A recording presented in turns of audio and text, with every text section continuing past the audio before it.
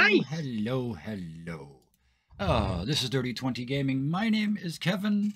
And these wonderful and amazing people have agreed to come and play a silly game with us this evening. But tonight it's not quite so silly because tonight's a finale. This is 46 episodes, I believe it is, in this game, which is the fastest of the 3 times I've ever run anybody through this campaign, I gotta say. 46 2-hour episodes, that's about half what it normally takes to get people through this. But, when you're efficient, it doesn't take much time. When Iticus is around. Yeah, there you the go. instigator.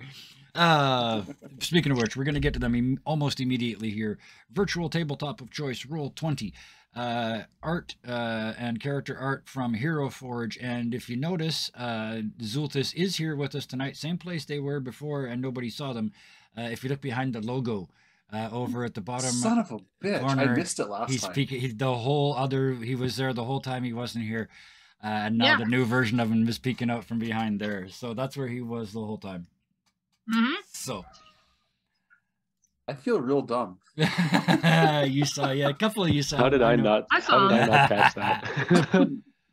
Because Zultis is very sneaky, and so am I. These wonderful people that are here tonight, because I want to play, so we're going to go fast. Bison Stonefist, thank you. Sarah, thank you. Please, guys, feel free to post your stuff in chat as I'm blowing through this. Rory, thank you. Ruth, thank you. And Solar Dasher, thank you. Oh boy. This is it. Let's do this. But first, you have to, don't you?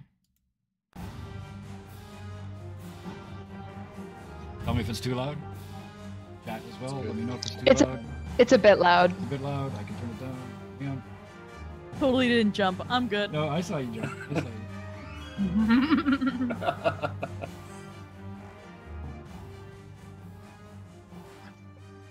Out there?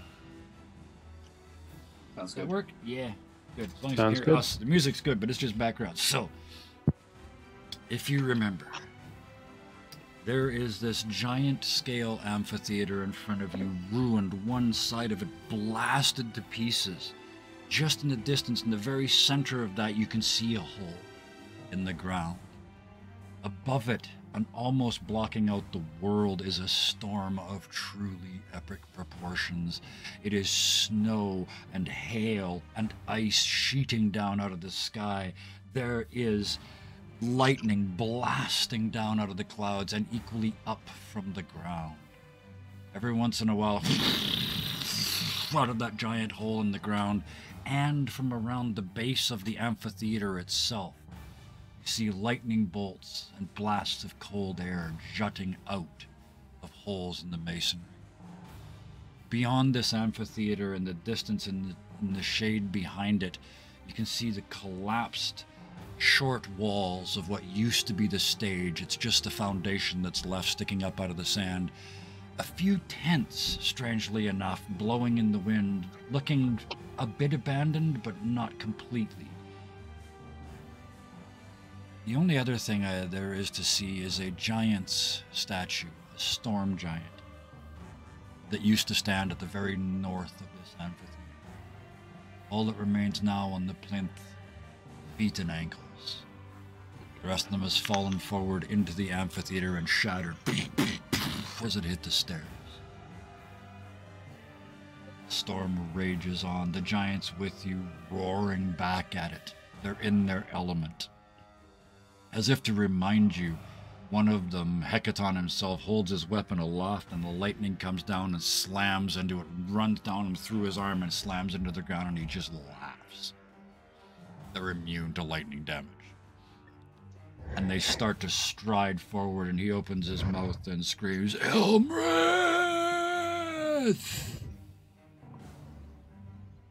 And instead of a roar, rocks start to fly out of the ice. Rime covered like comets coming towards you and smash into the ground and shattering as 2 trebuchets open up from inside the amphitheater. You see rising up from every plinth inside this place, these stone gargoyles stand, turn, and take flight towards you. If you were to count them, be 32. Oh. The 5 giants look at you way, way down there. Look at the gargoyles coming and look at the rocks incoming. Hecaton holds up a shield and just knocks one to the side. We'll clean this mess up. You go get that blue bitch downstairs. And he and the giants stride forward, reaching down and grabbing rocks off the ground to throw back towards the gargoyles. That battle is on. Very small, very far behind, almost forgotten. 4 of you stand just outside the storm. As you look around, Idicus and Zulthus are gone. Idicus. You go Idicus all over the place over here. So you sneak off, and you successfully sneak off, given the war that's going on around you. It's easy. I'm not even going to give these guys a roll to see if you go. The only one that does see you go, because they know you better than anyone else, is Zulthus. And they follow you, and they catch you. He says, "Don't worry. I'm not going to try and stop you.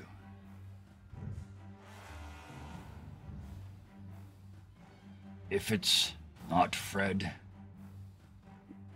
kill it."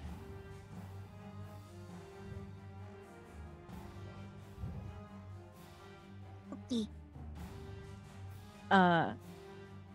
He'll swing in for a hug first. Yeah. In case something goes wrong, I love you. Oh, Idicus, and all of a sudden it's the doctor again. And they're like, Alan's kind of popped back almost.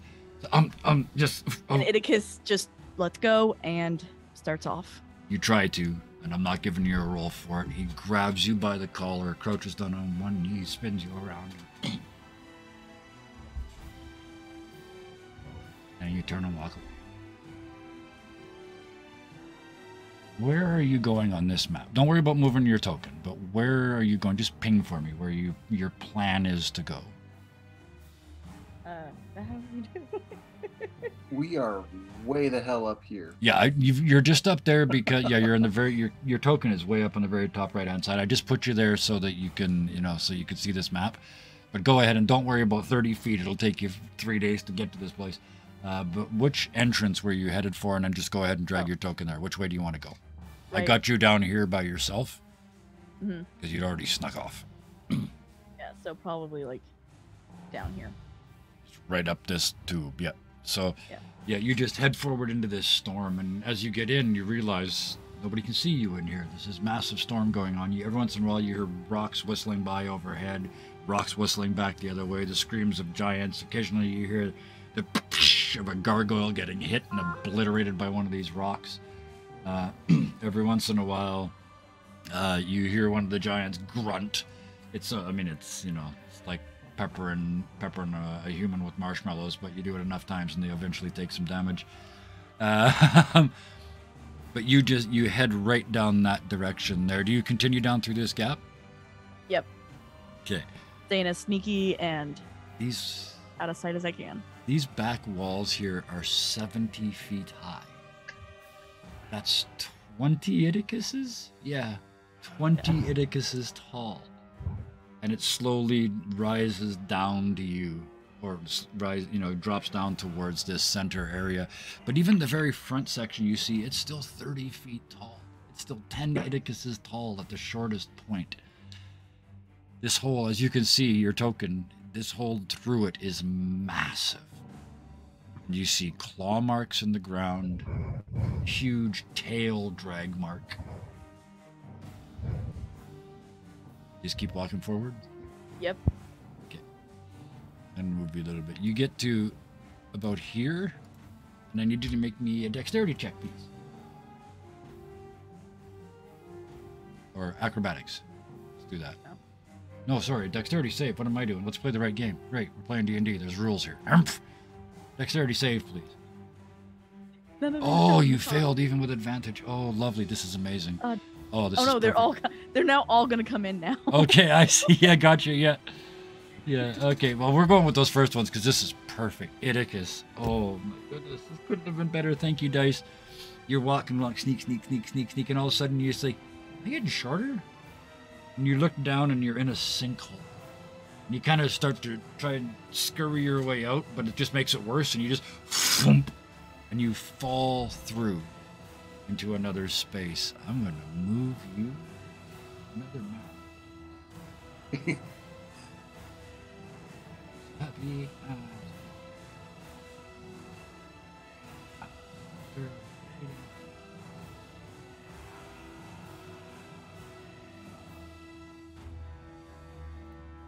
I'm gonna go.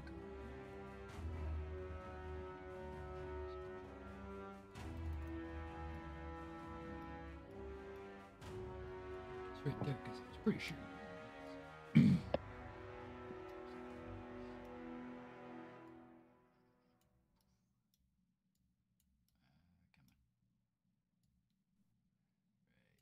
I just noticed that some of those statue things around the amphitheater are sandworms.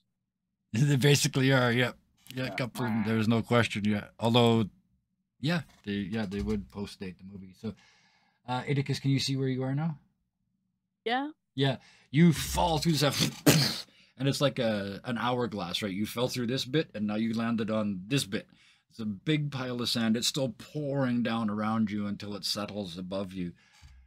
And you look around and see this cave. To the north, up here, you can hear chanting. Do you speak Abyssal? Nope. Nope. Okay. It's Dune or Tremors. Yeah. Yeah. Well, I mean, they're here to fight a big blue dragon, so kind of nearly almost in an amphitheater made by giants. So you said no? So yeah, you hear just chanting in the distance. I mean, and you can see there's a couple places around, like a couple directions you could go from here. This is a very narrow hallway, and then there's this bigger, wide open area north.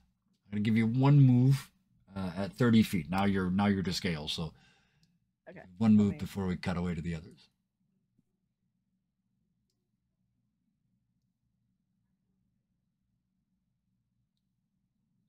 Oh, thinking so hard. Yeah. North you go. You're gonna go have a look. And I'm assuming you're sneaking? Oh yeah, he's very curious though. He's like, because I don't think he's ever heard chanting. Yes, that makes sense. Ooh, the music's stopped. This makes even less sense than Bigford when he's drunk. It's slower and it sounds scary instead of just like frantic.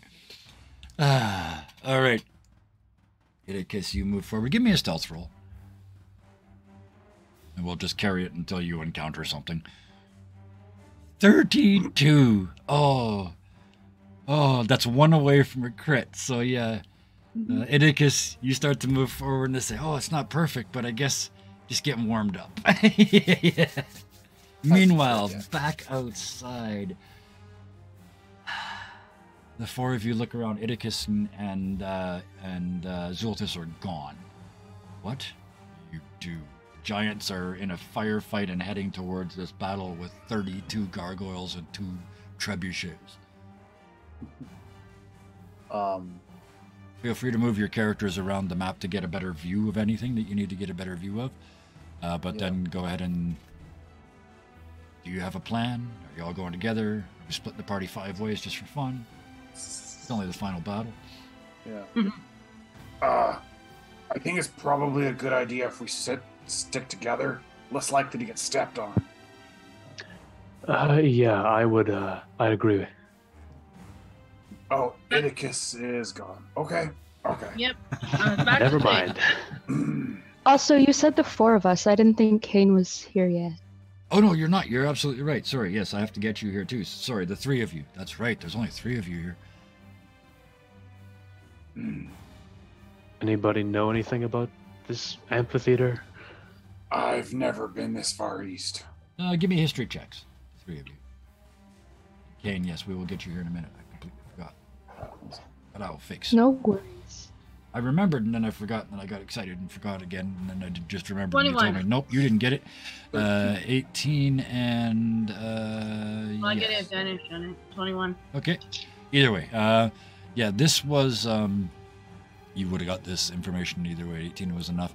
This used to be a very famous historic giant amphitheater, and one night, giant generations ago, a certain blue worm attacked during a major performance during a festival and killed any number of members of the Storm Giants and their royal family. And ever since then, they've hunted that worm, and they've never caught her. So this is a final act of she's come back to roost in their ruined amphitheater, and it is now her lair. Okay, so Beowulf's gonna just take out a book just because plot Yeah. and relay all this to the Yeah. other two and say, my best bet is we got to get to the center and punch ourselves some blue bad guy. Or scrape them, smack them, whatever. But definitely got to take care of this thing. So that's the same question that I asked Idicus. If the agreement is to stick together and get to somewhere, the only visible place in is the big hole right in the middle. Although you could do some recon. Yeah, where would you like to go? Sorry, I didn't mean to interrupt. I just wanted to. Yeah, no. Yeah. Bigford suggests maybe going to the little camp down in the south, just because that's likely where the reserves are going to be, in the sense that we're not going to be dealing with the main fighting force, trying to get around that, then get big, surprise them, beat the shit out of somebody. Oh, I see what you're talking about. Stay Okay. small until we see the whites of their eyes. As they say. Yeah. Okay. Yeah, Oh. all right. Yeah, that works. Sounds so like the a good plan. The three of you just stay outside the storm and just sort of. It's nice to be outside of the meteoric rain of the fire coming down from the trebuchets, I'm sure. You can stay outside the storm and get almost all the way there. When you finally get to that sort of that ridge where it's 20, 30, 40 feet, that ridge of sand, that's where you can't stay out of the storm anymore. But as soon as you step into there and you start to move towards these tents, you notice two things. One is, I don't know if you guys can see it, if you want to move your tokens down here, there's a door going underneath the stands right here. It looks like specks on my screen. It's like, that one moved, must be a bug. Oh, no, wait a minute, that was a token. It's a bugbear. It's a bugbear token, yes, yeah. But yes, so this is the camp here. This is an entrance that goes in, and you can see stairs going down into the darkness. It looks a little shady. I mean, it's, very old ruins, and the archway's kind of half askew, but it's certainly a door. But as you get close to this camp, it's strange. There's no, there is a fire there. There's a large, just a pot of water boiling on it. Whoever was here didn't leave long ago. But all that's in the water is a couple of herbs.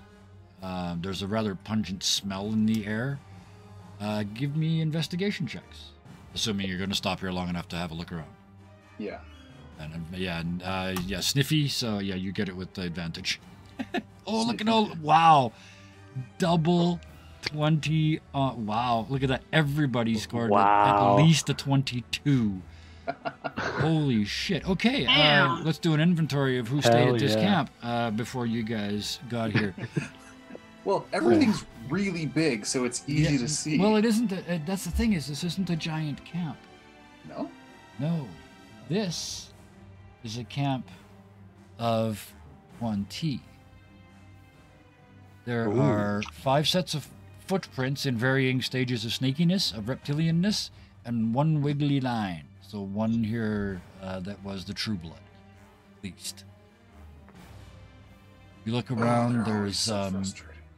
there's inside each of the tents. There's small like little statues, little shrines, and they've each got a drop or two of 1T blood on them. I mean, you guys maxed the shit out of these rolls, so they've made this is their sort of. They're clearly here for ritual purposes. The ritual started here, and you can see, even though the sand would normally have blown it away if you'd rolled anything under a 19, you can see these footprints and track prints go in through that door and down the stairs. Okay. Is there anything else you want to know about this place that I haven't made up yet?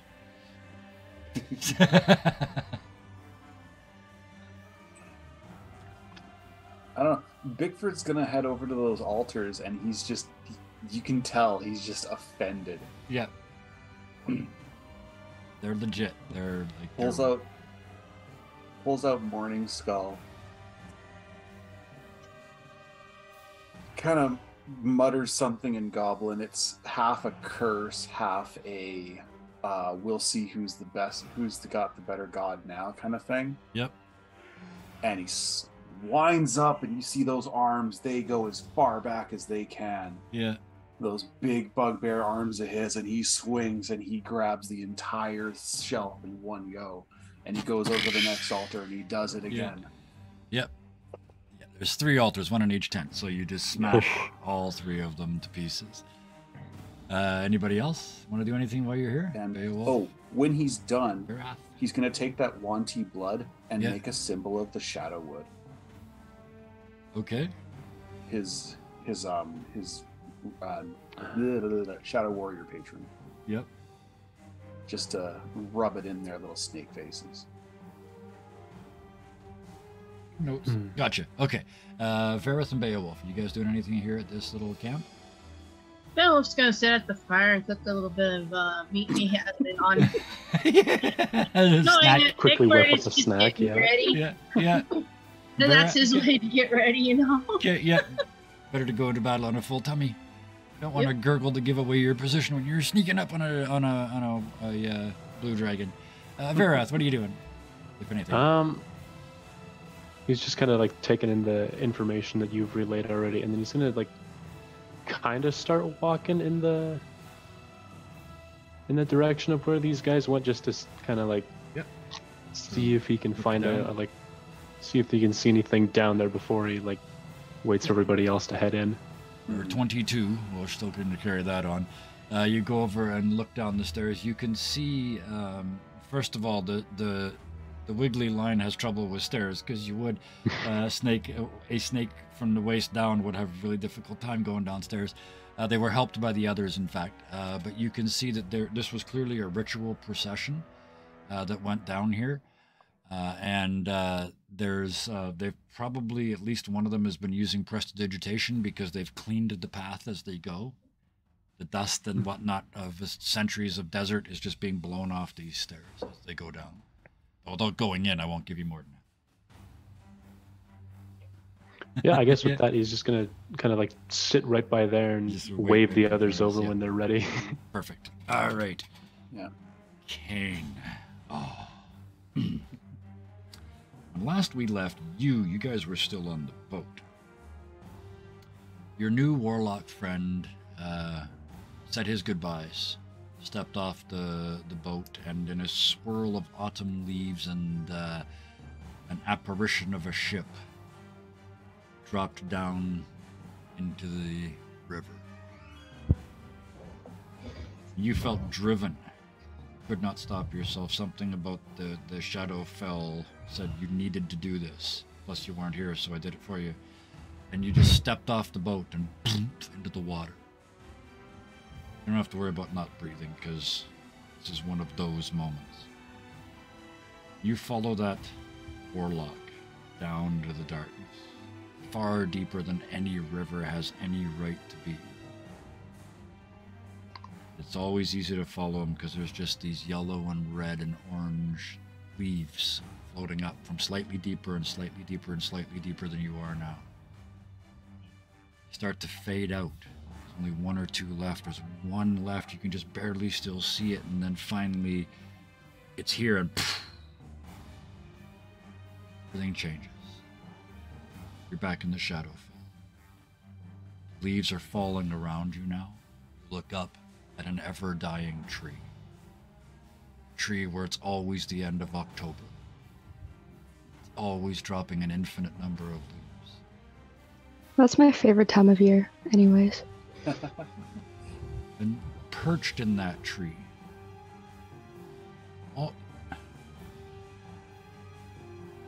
clearly of two emotional states. He's happy because he's home. Baron is back in Fell where they belong.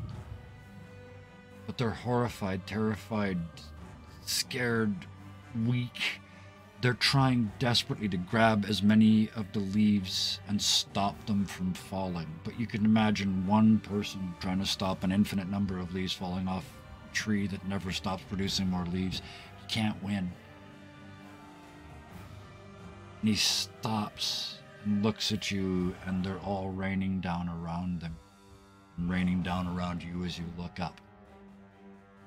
He says, every one of them a life I couldn't save. I can do this. And he looks down, and on the ground, he holds his hand out and struggles with all his might and concentrates and focuses. And on the ground, 6 or 7 of these fallen leaves turn green for a minute and fade back. Can't stop them from dying. Not every life is a life you can save, nor a life you can't. But the ones I should be able to May not be a life that needs saving. He's got 2 handfuls. They're just piling up in front of him, and he stops when you say that.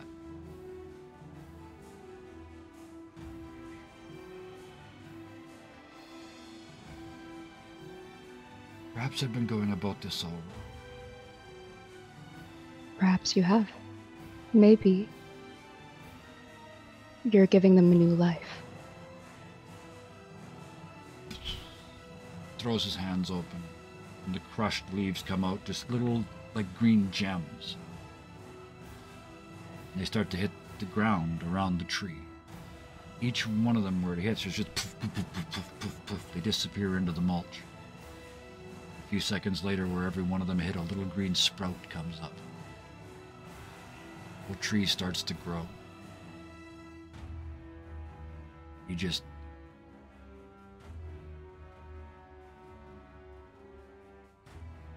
What can I give you? You've shown me how to win. You've shown me finally how to defeat death. What can I do for you? There's nothing I need that you can give me. That's not right.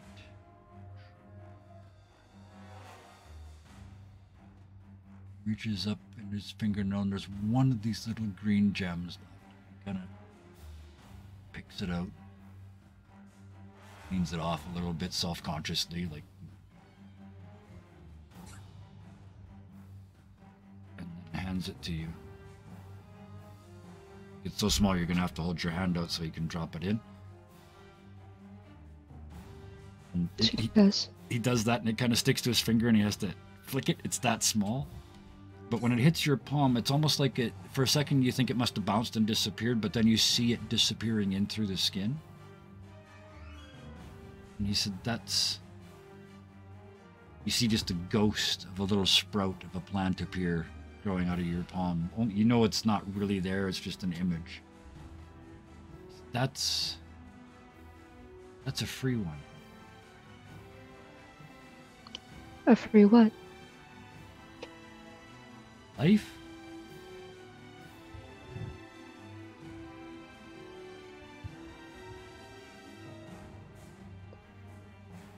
Thank you.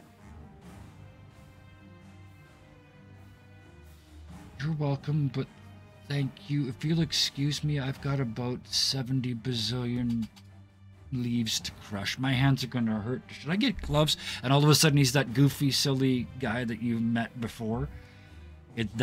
That moment of inspiration is kind of left him, and he just starts reaching out and just crushing these leaves and turning them all into these little green gems and just flicking them around. discovered that the only way to have power over death is to embrace life. Welcome, Sky. Watch this. And I don't know if this has happened before, but I'm just going to narrate it how I initially thought, because I Please do. really don't know. Yep. For the first time, a small smile naturally appears on her face.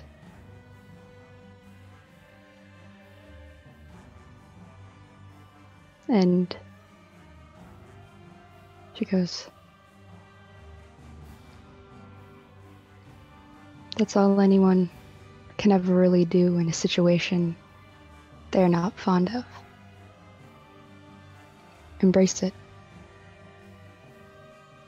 Be a part of it. Then there's not much stopping."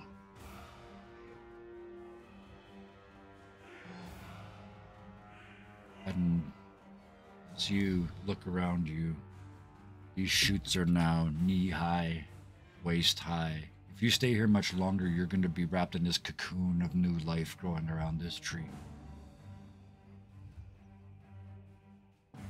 It's time to go. Somehow, I mean, this is your world. You know how to leave this place. You just have to concentrate. Who or what do you concentrate on to find?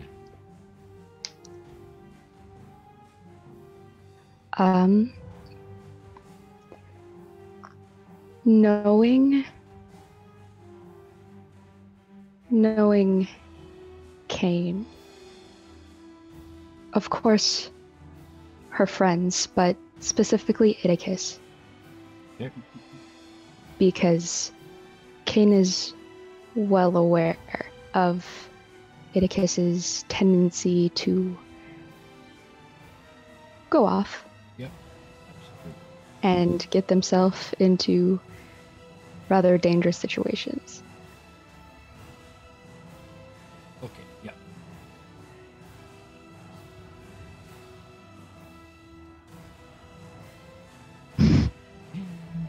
Pretty much.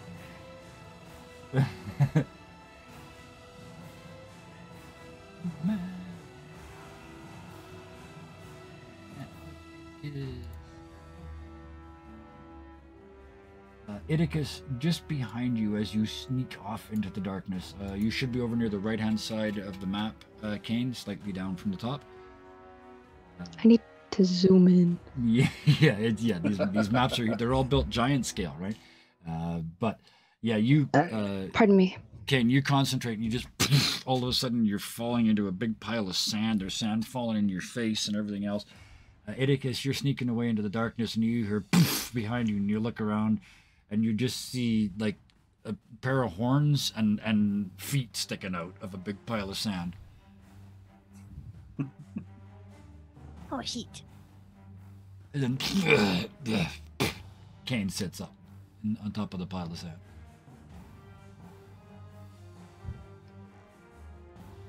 I want to do this. Do what? I know it's dangerous, but I protect you.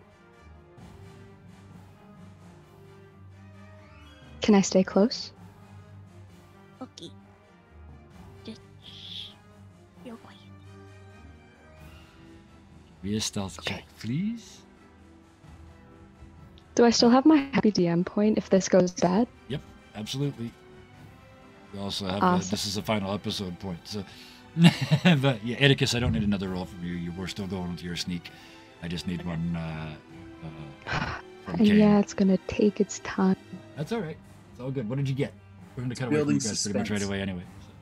18. 18, yeah. You move you up here beside Idicus as the two of you start to head off into the darkness. In fact, go ahead and take one more movement for now. So you guys start to creep forward. So go ahead and move 30 feet and see what you see. I forgot. How much is that? How many Six. squares? 6 squares. 3 of the big ones because there's the thick lines and thin lines, but 6 of the normal squares. that many. So as you move forward, you see this passage up ahead of you. And chat, yes, I know you can't see this. That's because you're not Iticus. And nobody can see this but Iticus and Kane, and that's fun. You guys have to watch outside. We'll get back to them in a second.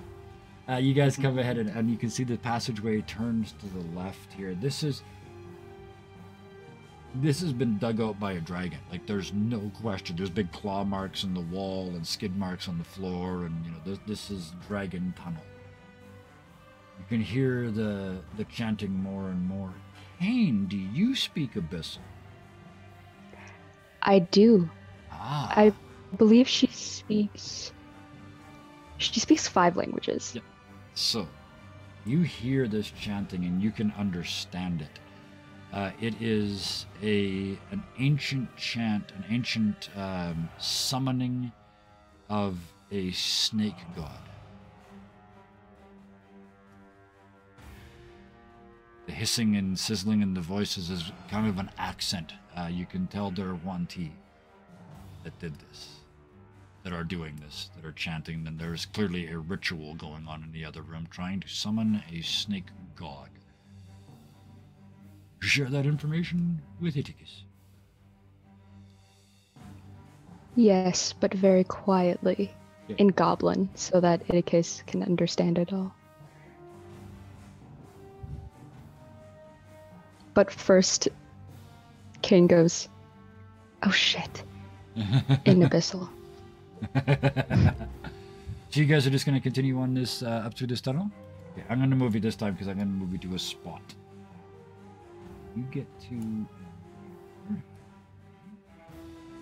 Yes, perfect.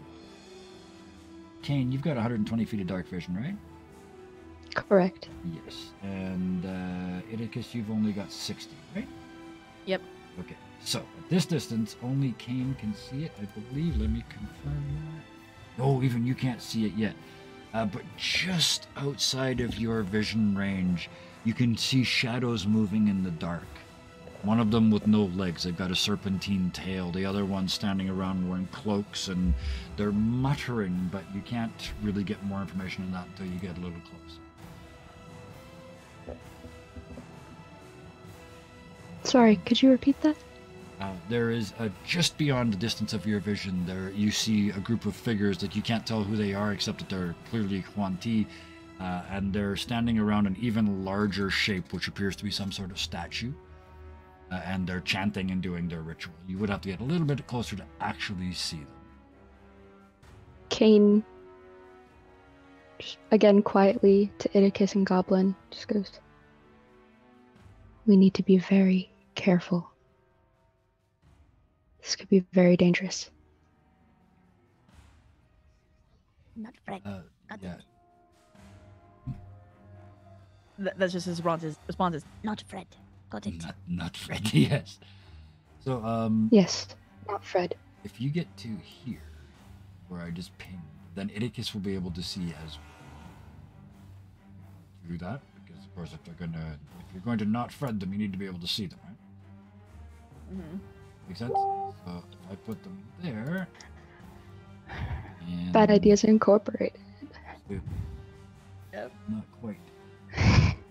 It's what we do here. Mm-hmm. Mhm. You know what I'm going to do instead? I'm gonna be We make me. doing things wrong fun. Yes. Because it is fun.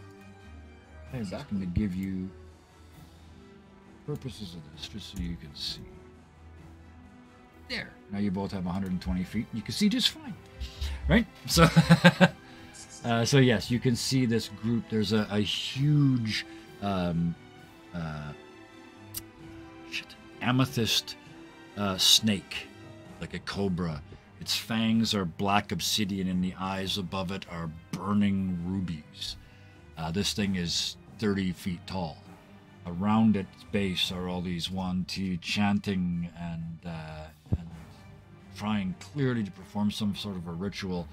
Every once in a while, one of them turns around and looks at this hole back here, like they're expecting something to happen. I got to at least give them one roll, just to see. Nope. That makes sense. They're in the middle of a ritual. They did not see you. Super absorbed in the worship. What is your intent? I'm not going to guarantee I'm going to let you do it right now because I'm going to cut to these other guys as soon as you decide, as soon as you tell me what you're going to do. But what is the plan? There appears to be 1, 2, 3, 4, 7, 8 of them. Well, hey, some I friends. guess Kane's first intention is to protect Idicus, Yeah. but also try to make this not happen because this ain't good. Yeah. You're not here to fight these things. You're supposed to be here to fight a dragon. Right? Hmm. So, with that, the two of you crouch in the corner, waiting for something to happen. Idicus is gonna find a spot to, basically hide and snipe from. Yeah. Eventually. Yeah, I'm gonna leave you there so you guys can see. But yeah, it's all rocky outcrops and all kinds of things. Unless you want to climb that hill, or hide behind one of these pillars if you wanted to get closer. But go ahead and move to wherever you want to. I'm going to continue your rolls from earlier, so you guys can get. They're, like I said, they're not paying attention. They rolled a 1 on their perception. But meanwhile, back on the surface, Verath, you're standing at the doorway, heading down into the darkness. Bickford and Beowulf, what are you doing? Once he's done with the light heresy, Yeah. Bickford's gonna walk out of the last tent, rolling his shoulders and feeling very satisfied with himself. Sees Beowulf making lunch.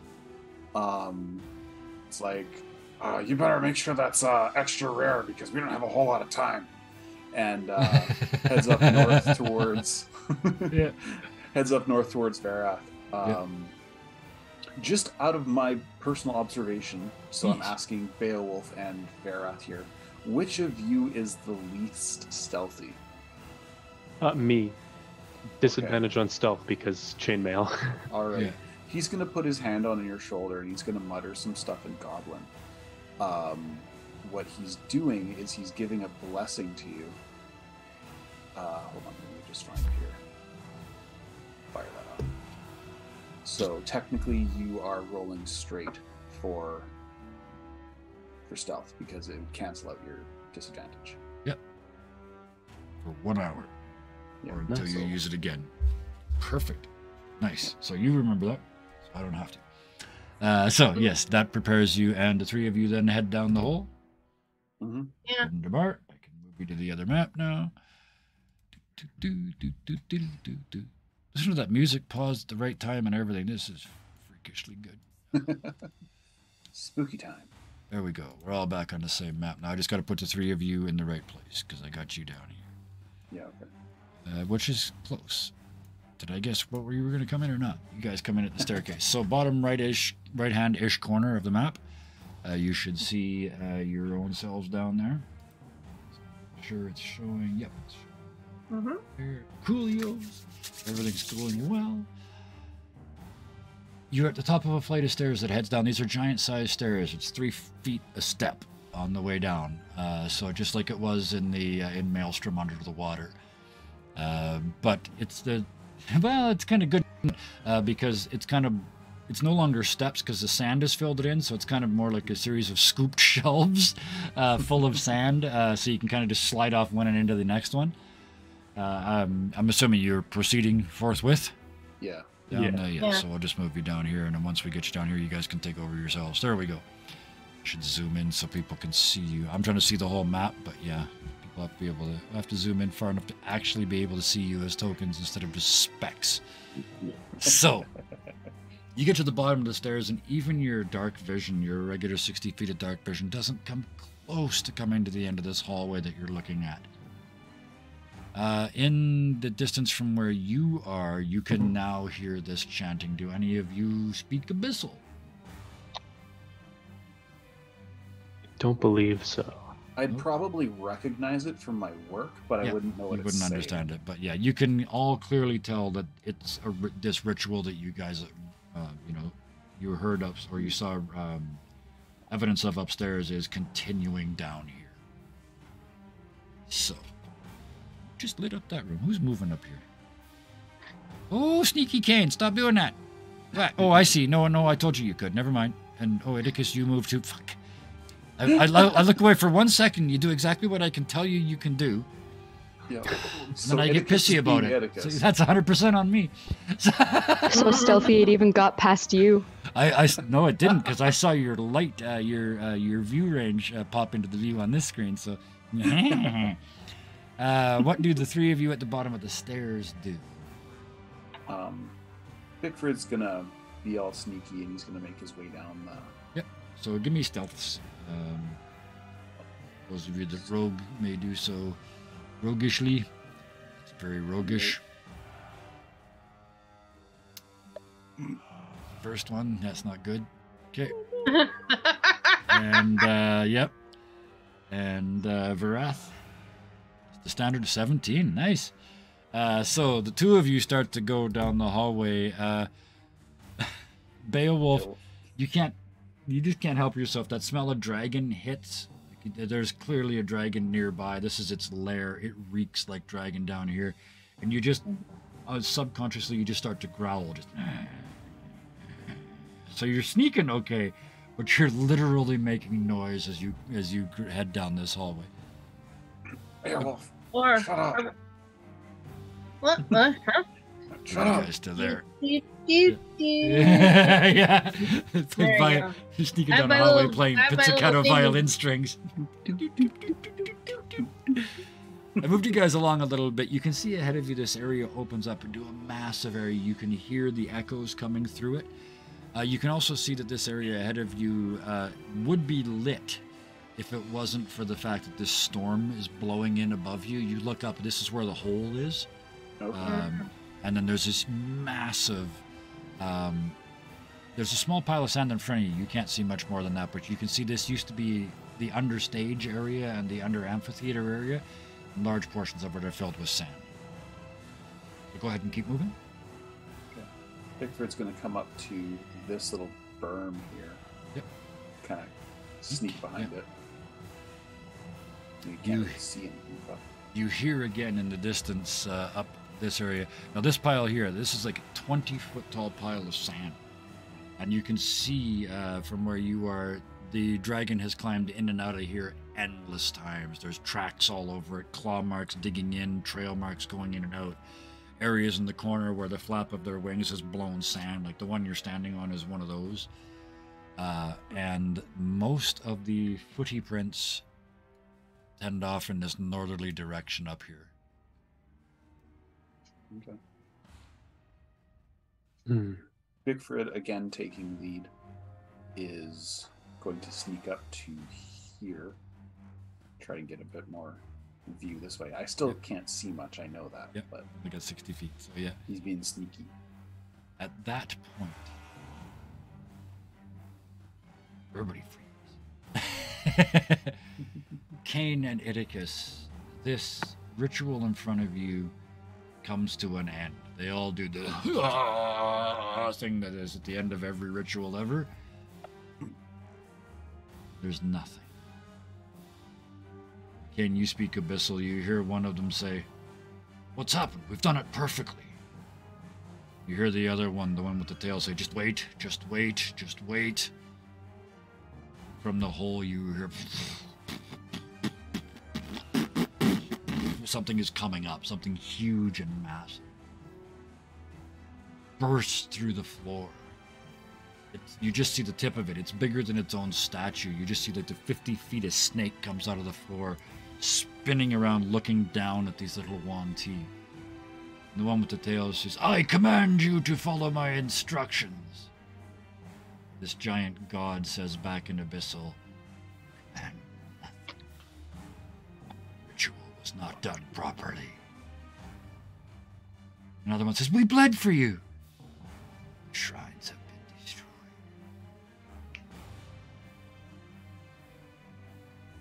And a mouth opens and spits the cobra venom just over the 6 Yuan Ti on the floor. They dissolve. Just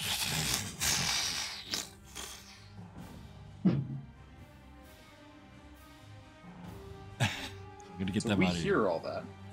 You do. Before you can respond, as you start to step forward to respond, we're going to start with Kane. There's a big pile of sand behind you. Like it's 40 feet tall, 13, 14 meters tall sand piled up in the corner of this wall behind you. This pillar sticking out of it. From just behind the pillar, this beam, this tube of light, 10 feet across, 10 feet around, starts to jut forward. You realize it's not one lightning bolt, but 100, just all tight together. They blast into this godling snake's spine, snapping the back of the head back, and it falls back into its hole. Coming Holy out crap. of, yeah, you guys now, you hear as this lightning flashes. And get the come on. Oh, don't do this to me. Over here. Screen.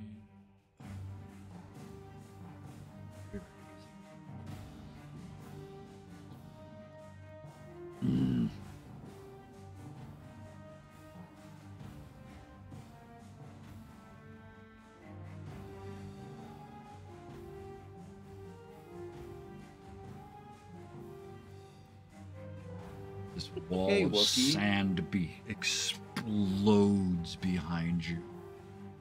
And out Shit, of it it's just right behind me. comes and comes and comes this dragon, just first the head and the face.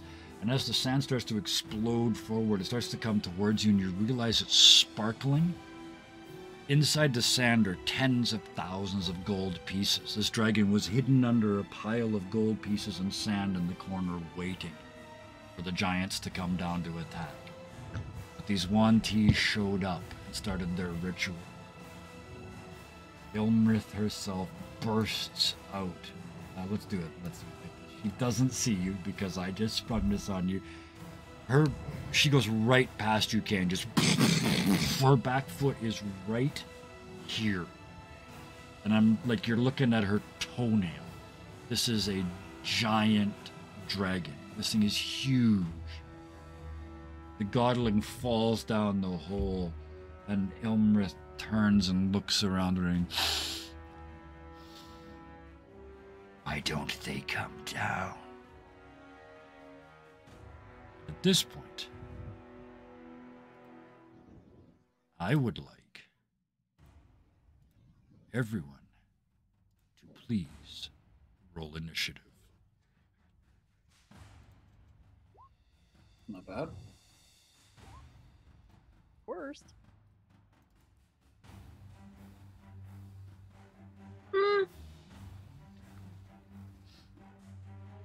I think I 18 beat you to out, put her in. Beowulf, What did on you the decks, Yep, that's how that works, generally speaking.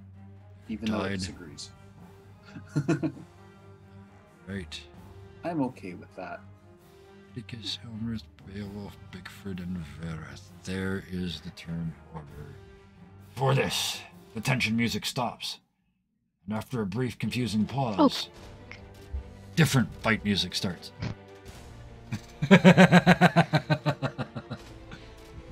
Atticus. Not Fred. Definitely not Fred. Just killed the big snake. Well, I don't know. You tell me. You knew the snakes were not Fred. This is the dragon you came here that stole the scepter from the goddess, from the princess, and has trapped her in her seat. What do you do? So definitely not Fred. Definitely not Fred. Good. Okay. We have determined not Fred.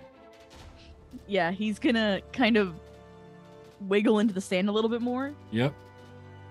because he has a plan Oh, yes. for it. Yep. But he's gonna just pop out enough, take a shot at her, with Yep. her bow, with his bow. Okay, and then hide? Absolutely. Yep. Oh, and use a magical arrow. And a magical arrow. 23 you roll.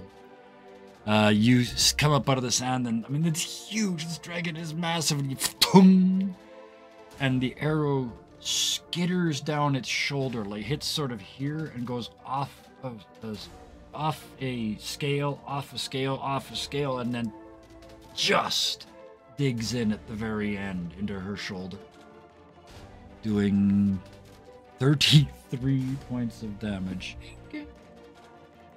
That's our Redicus. Do you get more than one attack? No, I get extra damage for the manticore arrows, and now I can't remember how to do it. What were they? I forget how much they did. That's what I'm trying to look up. Look out. It's extra damage, and it was also extra to hit, so you would have, I think. But anyway. Either way, once you know, let me know. We've done the regular damage, so let me know when the next damage happens. What you do realize is that she kind of just grins like it tickled. I think it was just a damage die higher. Yeah, it's 2d4. Okay, so yeah, give me 2d4, and we'll subtractify that. Nice. I rolled higher than anybody has ever rolled on 2d4 ever. The average is 2.3. On 2d4. Yes. So yes, even that, it's just a little tickle. They don't even bother to pull it out. And Chad is on it. Criticus. Oh, look a hat. Just wait. It's just started. Because now it's Ilmrith's turn. Do they see?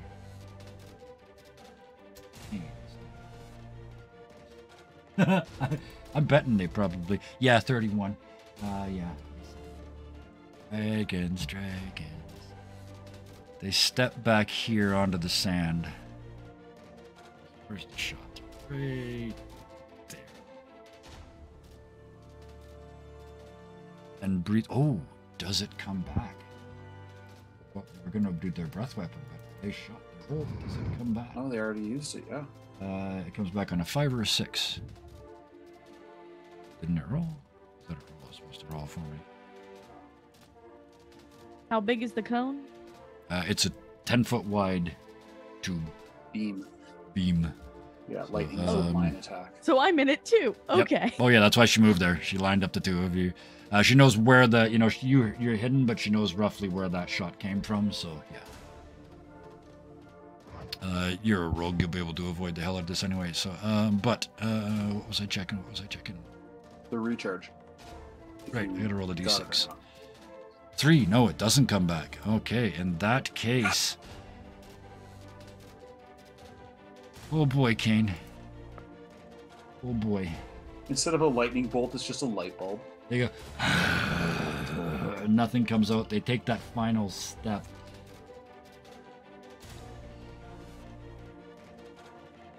Kane, you guys haven't had a chance even to take these potions yet. You're still only, like, not even 6 feet tall.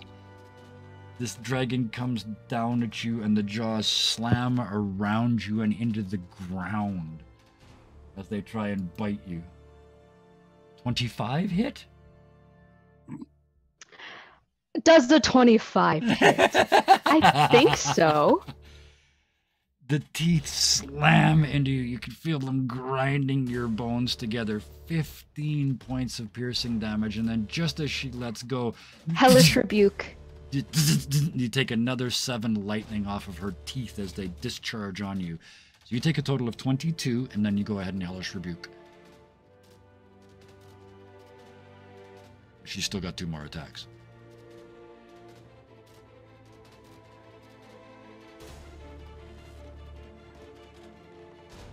It's just taking its time. What did you do? What did you roll? You can tell us. I trust you. It's gonna come I up rolled eventually. for a Hellish Rebuke. Yep. Sorry. And that does damage, right? Did I get a save? Yeah, it's they get a dex save for half. 14, probably not. Harder saved than that, so. Sorry, what was the save? They need the dragon needs to make a DC 17 dex save It or failed. take. Yeah. Yeah, so they take the 13. 13 points. All right, that's what. That's still hasn't come up here.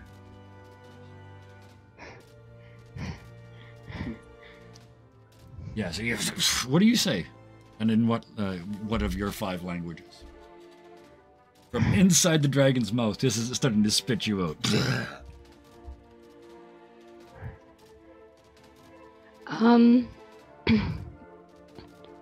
In primordial. Yep.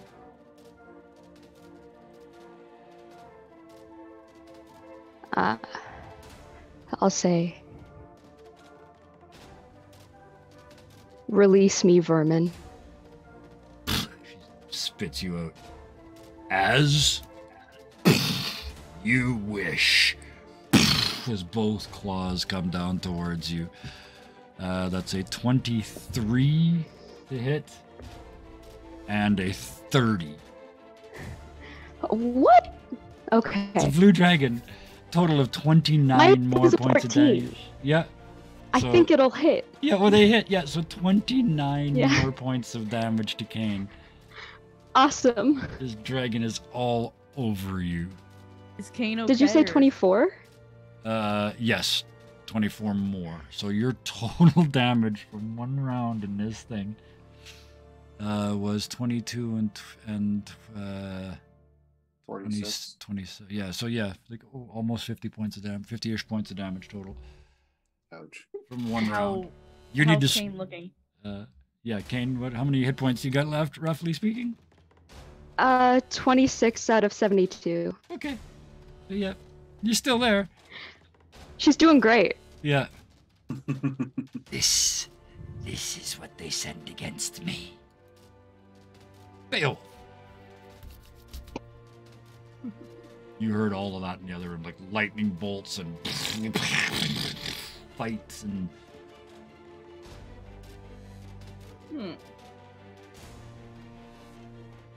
But I can't see anything from there, or can I? Not from where you are, but it is absolutely clear that it's coming from through this area up here. You smell lizard. Oh yeah, you smell big blue lizard. So if you I move, wanna- and you can move a total of your movement is 30, right? Your normal movement. Uh-huh. So you can move 60 if you use everything, movement and your action, or you move. Yeah, you're moving on your action, which will get you to just about in view. In fact, I will give you, narratively speaking wise, I'm just going to grab you. I'll give you right to this corner so you can see, rather than having to count. I like this better. Go for it. So just put you there. That's everything you've got, though. You get to there and you can see just out of the corner of your eye this. That you can't quite see it yet, but you can see this huge room ahead of you that the fight is clearly happening in. In here?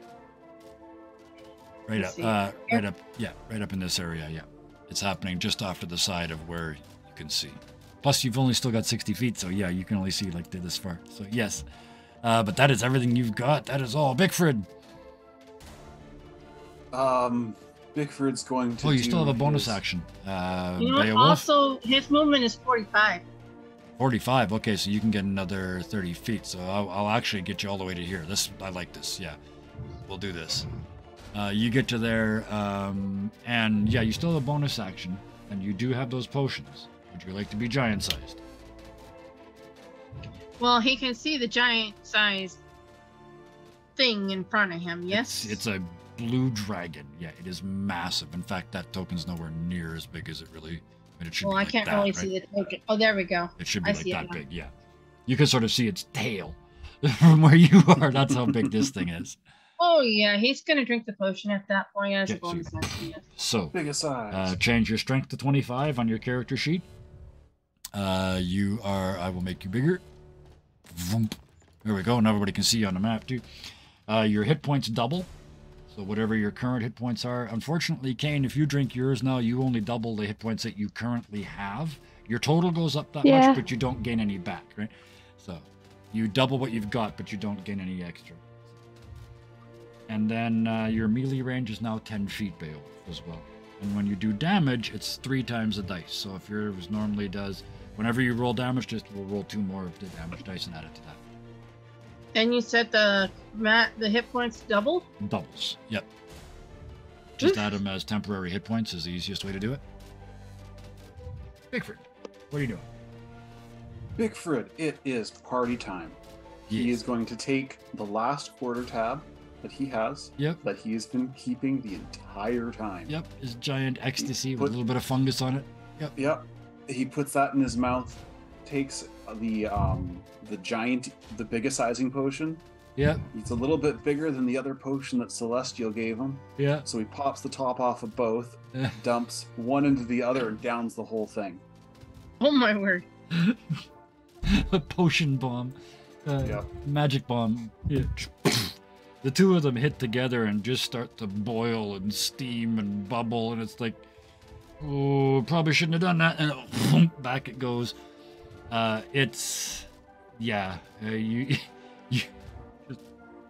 You voluntarily put ecstasy in a potion and then drop that into another potion and gobbled it.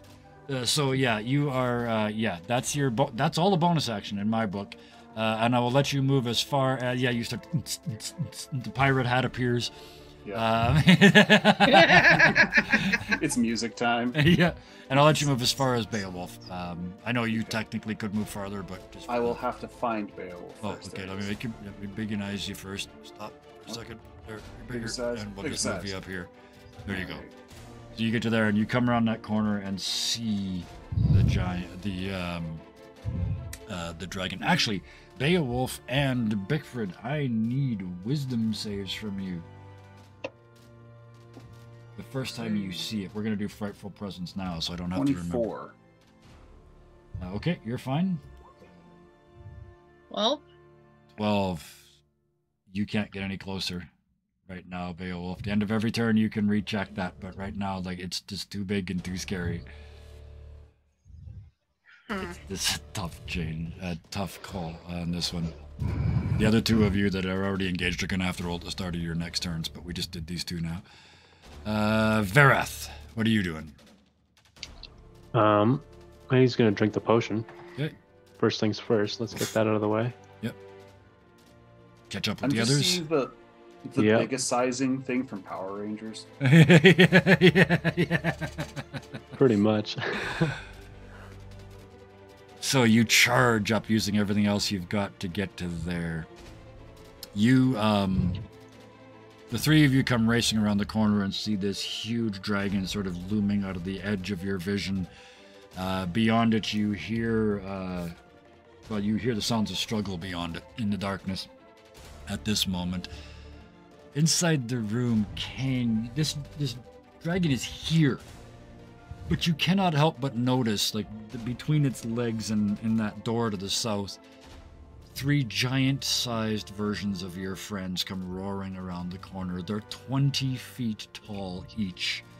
Just every step is causing the ground to bounce with this combination of sand and gold coins on every step as they charge forth. Eyes just full of passion and rage and the willingness to do violence to save you. You lie, you're not lying down, you're all but crushed to the ground underneath this dragon. What do you do? So to take the potion, is it a bonus action? Yep. Okay. So, glug glug. Oh crap, I didn't mean to do that. I did that. I doubled your size of your No, token. I rolled Oh, you rolled a wisdom's? No, you rolled. Your rolls aren't coming through here at all, so you're gonna have to tell me what you rolled for the rest of the night. They're not coming through.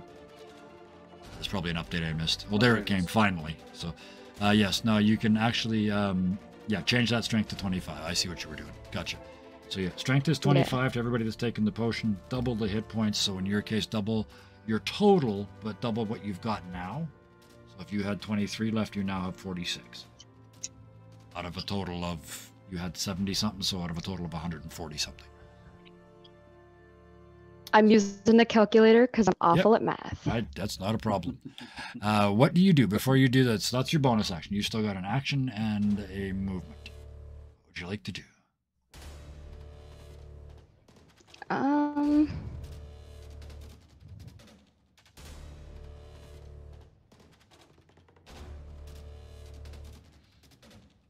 Okay, so I forgot my speed was doubled. But okay. I'm going to take I gave everybody way more movement than they should my have. quarterstaff off my back. There. Yeah, yeah.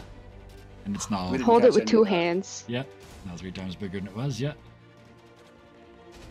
Hold it in two hands Mhm. and make a swing.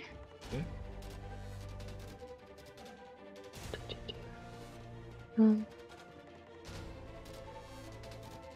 Wait, I need to roll to see if it hits first. Yes. Damn. Yep. Ah. This is a dragon. So the 23. three rolls are just dead. So what was it to hit roll? The 6 was to hit. Yeah, that Wait, does it. what is going on? Should be doing +6. You rolled a 6, and it should be adding. It didn't roll the d20. Oh, it didn't roll the d20. So just roll the d20 for us using the tower on the other side, if you don't mind. Huh? On the left-hand side, there's the tower of things, and the second one from the bottom is a die. If you hover over that, it gives you all the options. You can roll a d20. Oh, just in Yeah. roll 20? Yeah. Cool. And we'll just add that to the 6, because that's your bonus for your 25 strength.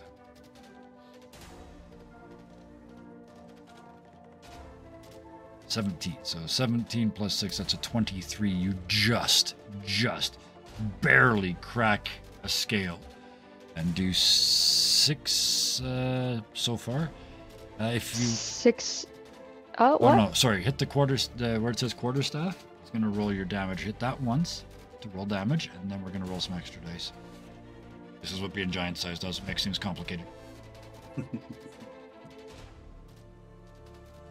did that make sense? What I asked, where it says where it's Sorry. red and it says quarterstaff. You're rolling for damage Uh-huh. 3 Yeah. times.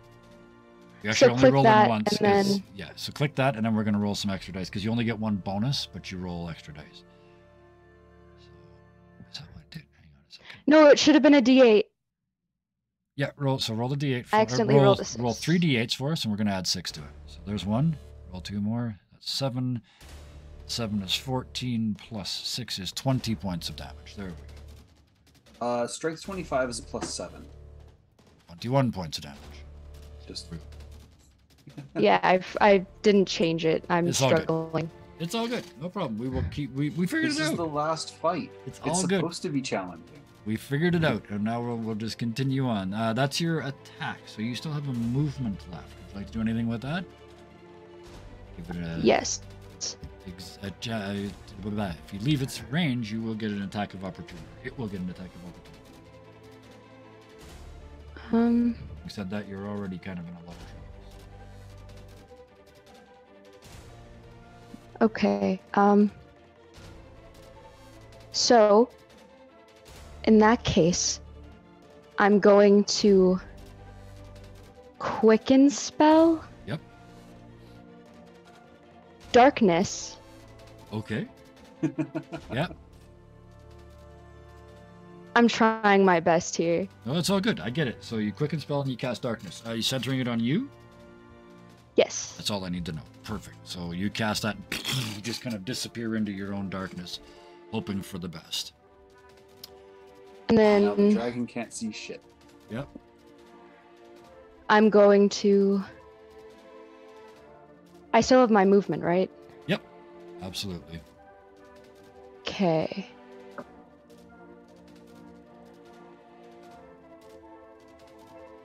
Is there a spot that I can see that is also dark? Not really. Probably the best you could do would be to hide behind one of these pillars. You've only got 30 feet, so. Or No, back she's into this using an tunnel. ability. Is that the teleport? I don't have that yet. You don't get that Oh. till a higher level. Yeah. Oh no. I don't think. No, Yeah, you don't get you're that having to till, like- actually try and kind of Level you just have to 18. sort of run. So you could get into this tunnel, which is fairly dark, or you could get behind this tower over by where Idicus is. Ish. I'm 4, gonna 5, move 6. You can get to so- there-ish. Yeah. here. Or just that makes sense. So yeah, you just dodge into that tunnel and look down, and you're just shattered. Your armor's all beat up, ribs are broken. Just like you're. She just- doesn't have armor. Okay, well in that case, more ribs are broken. Yeah, you're Squishy smashed. cat. Yeah, you are smashed to bits. Idicus.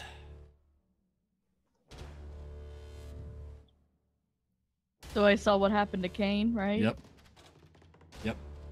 Here we go. Oh, but there is a bubble of darkness between you and Elmerith right now. Oh, he doesn't need it. Oh, okay. Because he's gonna pop out of sneak attack and just start jumping up and down and trying to get the dragon's attention. Okay.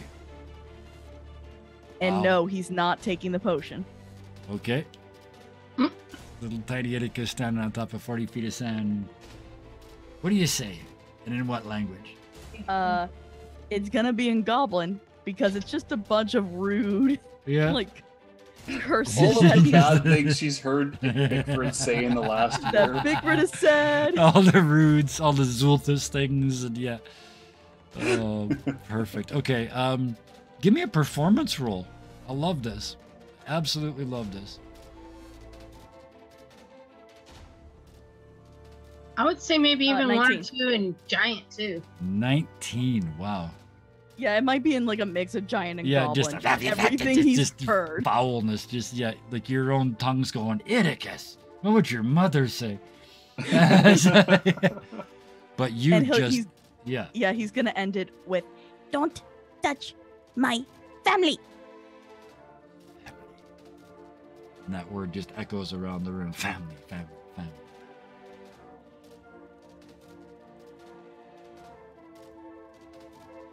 Out of the darkness. Moving towards the sound of your voice. Idicus, you see the head come out first on the ground and look up towards you. Starts to rise up until it's looking you in the eyes. They get it back. Roll over here. No, they do not. In that case. Cover the distance. They got plenty of movement to get there from where they were. And Idicus slamming down from above you, the bite attack. 31 to hit. for Yes. for 30 points of damage. And the two Uh, claws just come racing. Yep. You wanted to do something? I was gonna say uncanny dodge, but I don't think that works. Then That's Up here. that's a range area effect, right? Thing. yeah, that's what I was thinking. Only AoEs. Yeah. Yeah, So okay. and then the first claw 23, second claw also a 20. They twinned 30 more points of damage.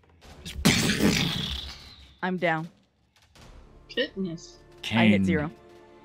Okay. You hit the ground.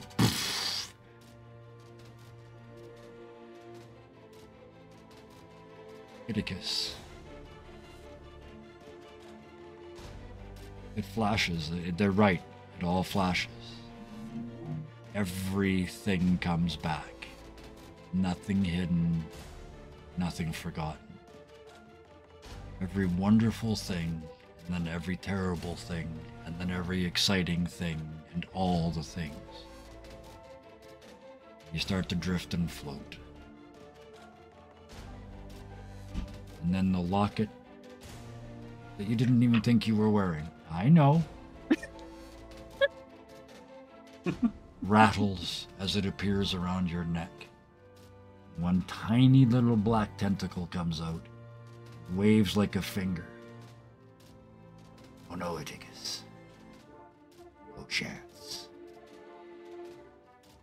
And they touch you, and you get 1 hit point back. You weren't dead anyway, you were only unconscious, but yes, you... Zulthus has brought you back. With 1 hit point. Ilmrith looks down at you and says, "Did I miss? Did you get stuck under a nail?" Beowulf. All right, now. They're too far away to get there. What are you gonna do? Actually, your Well, I your can't. movement is your movement 45. is 45. Yes. Can I get close enough to be able to do a ranged attack without being quote unquote frightened? I think it's what it is. this. Oh no, that- you've got to do your wisdom save. That's right. Do I- Before, do I- yeah. do I do that first? I'll give it to you now. Yeah, let's do it at the start of the turn. That makes more sense. Shake it off. It's a huge roll, but good luck.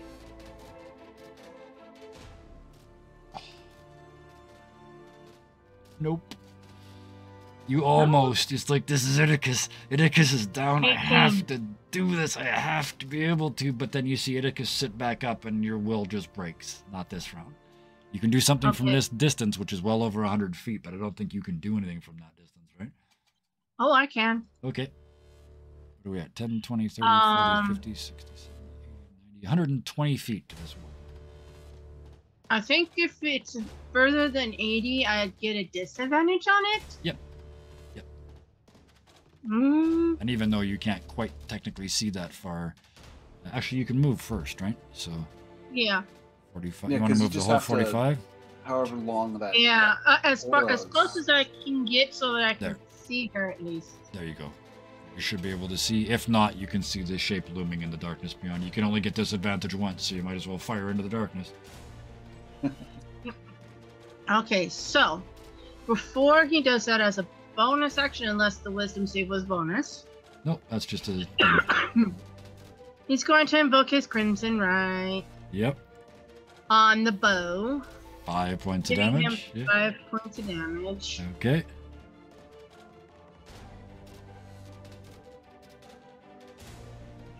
Okay. He's just gonna growl at it. Yep.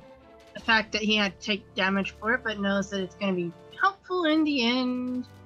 And away we go. Not even close.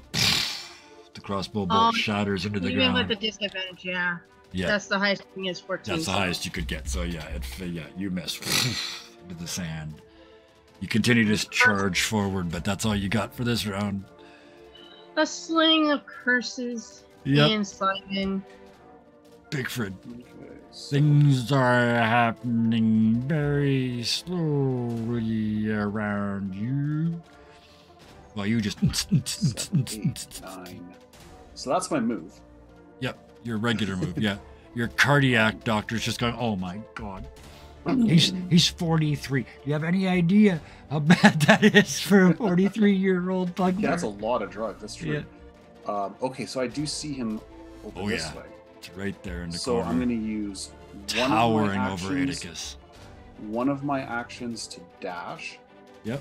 because I do, Ah. and I'm going to stand, Pirate hat flapping in the wind. yeah, right next to Idicus. Yep. You're and 20 with my feet tall. Idicus is 3 Mhm. feet tall. You could actually straddle over Idicus. Yeah. He, like, Ilmrith just sort of sees this brown blur Yeah. streak past her and Yeah. kind of like bounce against the wall. And he grabs Idicus and casts level 3 Cure Wounds. Yep. And as he's saying it, it's actually a lullaby in Goblin telling him it's going to be okay, that the Watcher sees him and the Watcher will protect him. And it decided not to tell me how much it did. Okay, bam, 13. 13 points. Okay. That's movement. And plus the spellcasting action. ability. Plus my spellcasting ability, so that's an extra 6. 19. So you used your action, your movement, bonus action as well, right? Bonus action, I'm just going to punch her in the face, because that's not really all I can do. Okay, yeah. Go ahead and give me your roll. So it's just a d20 plus my attack modifier.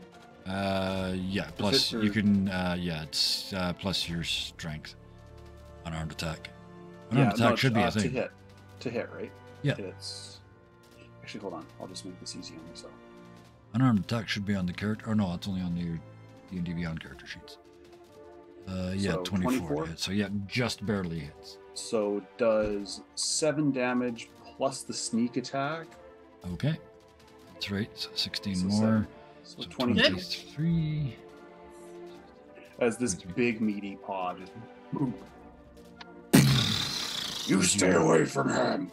Pull Lyticus up out of the sand. At the end of your turn, she draws up her wings, kind of, and you guys are against the wall, right? And you said, you pulled Lyticus back.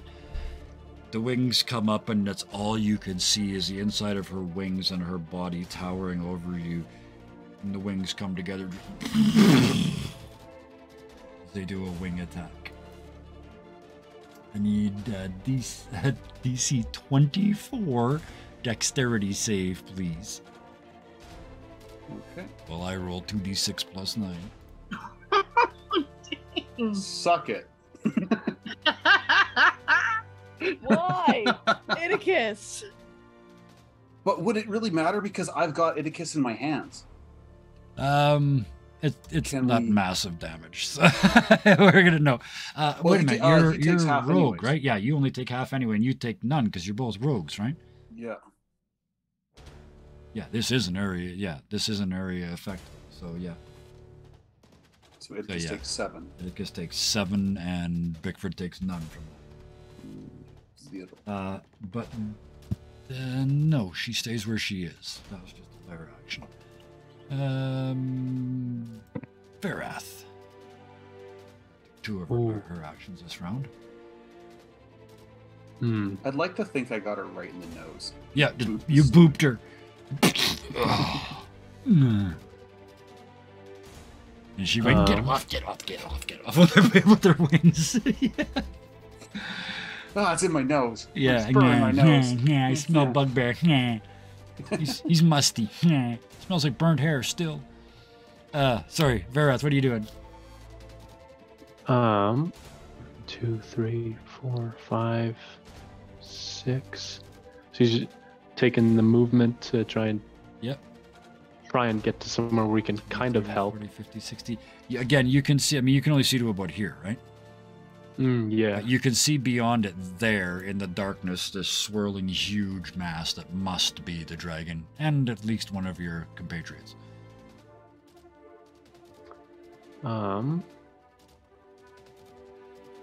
Ooh.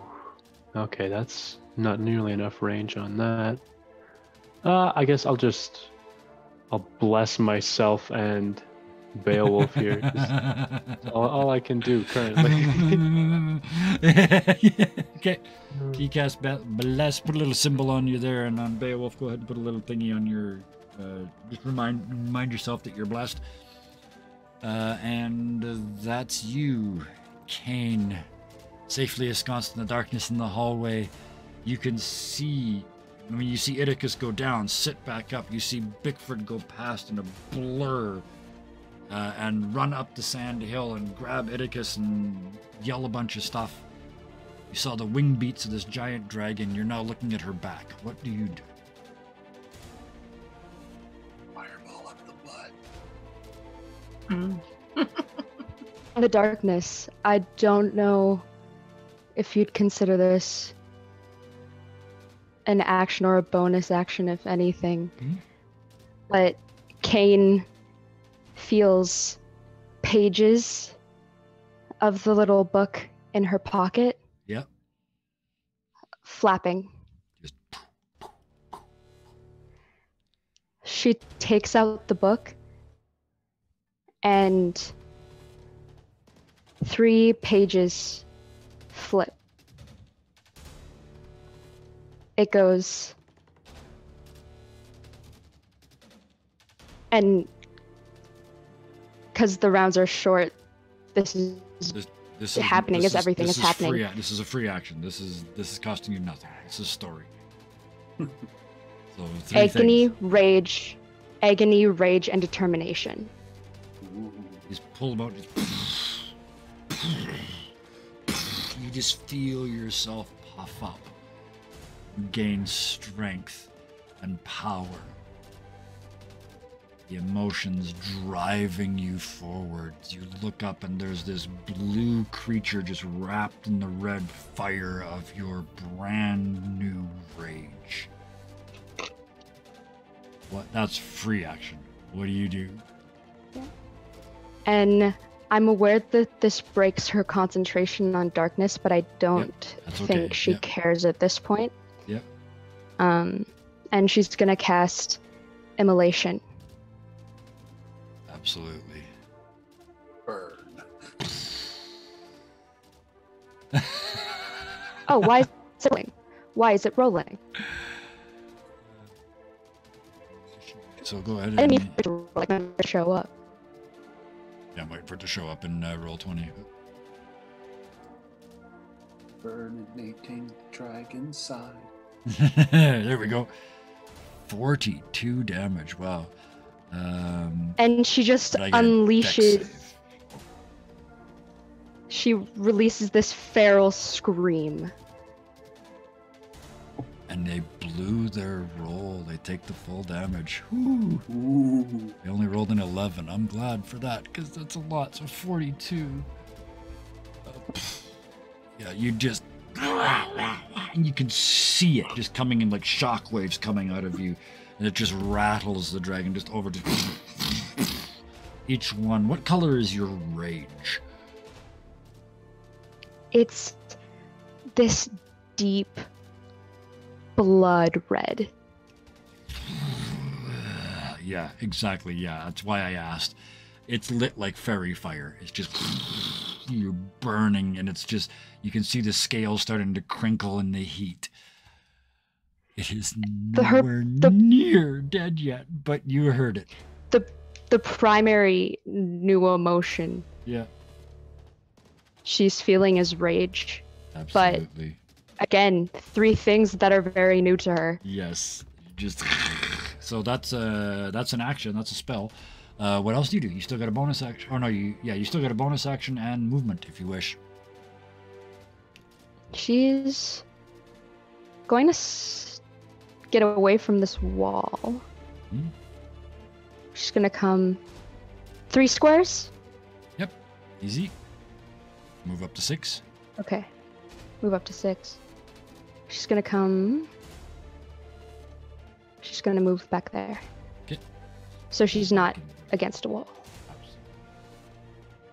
In their last legendary action of this round, she uses her tail against Bigford. Protect the little one, will we? Well, then eat this. And 27, That's it. 21 points of bludgeoning damage. Okay. Just smashes you against the wall. Just leaves a Bigford-shaped dent in the wall behind you.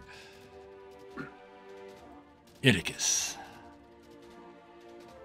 Is That all there, you got, Sparky?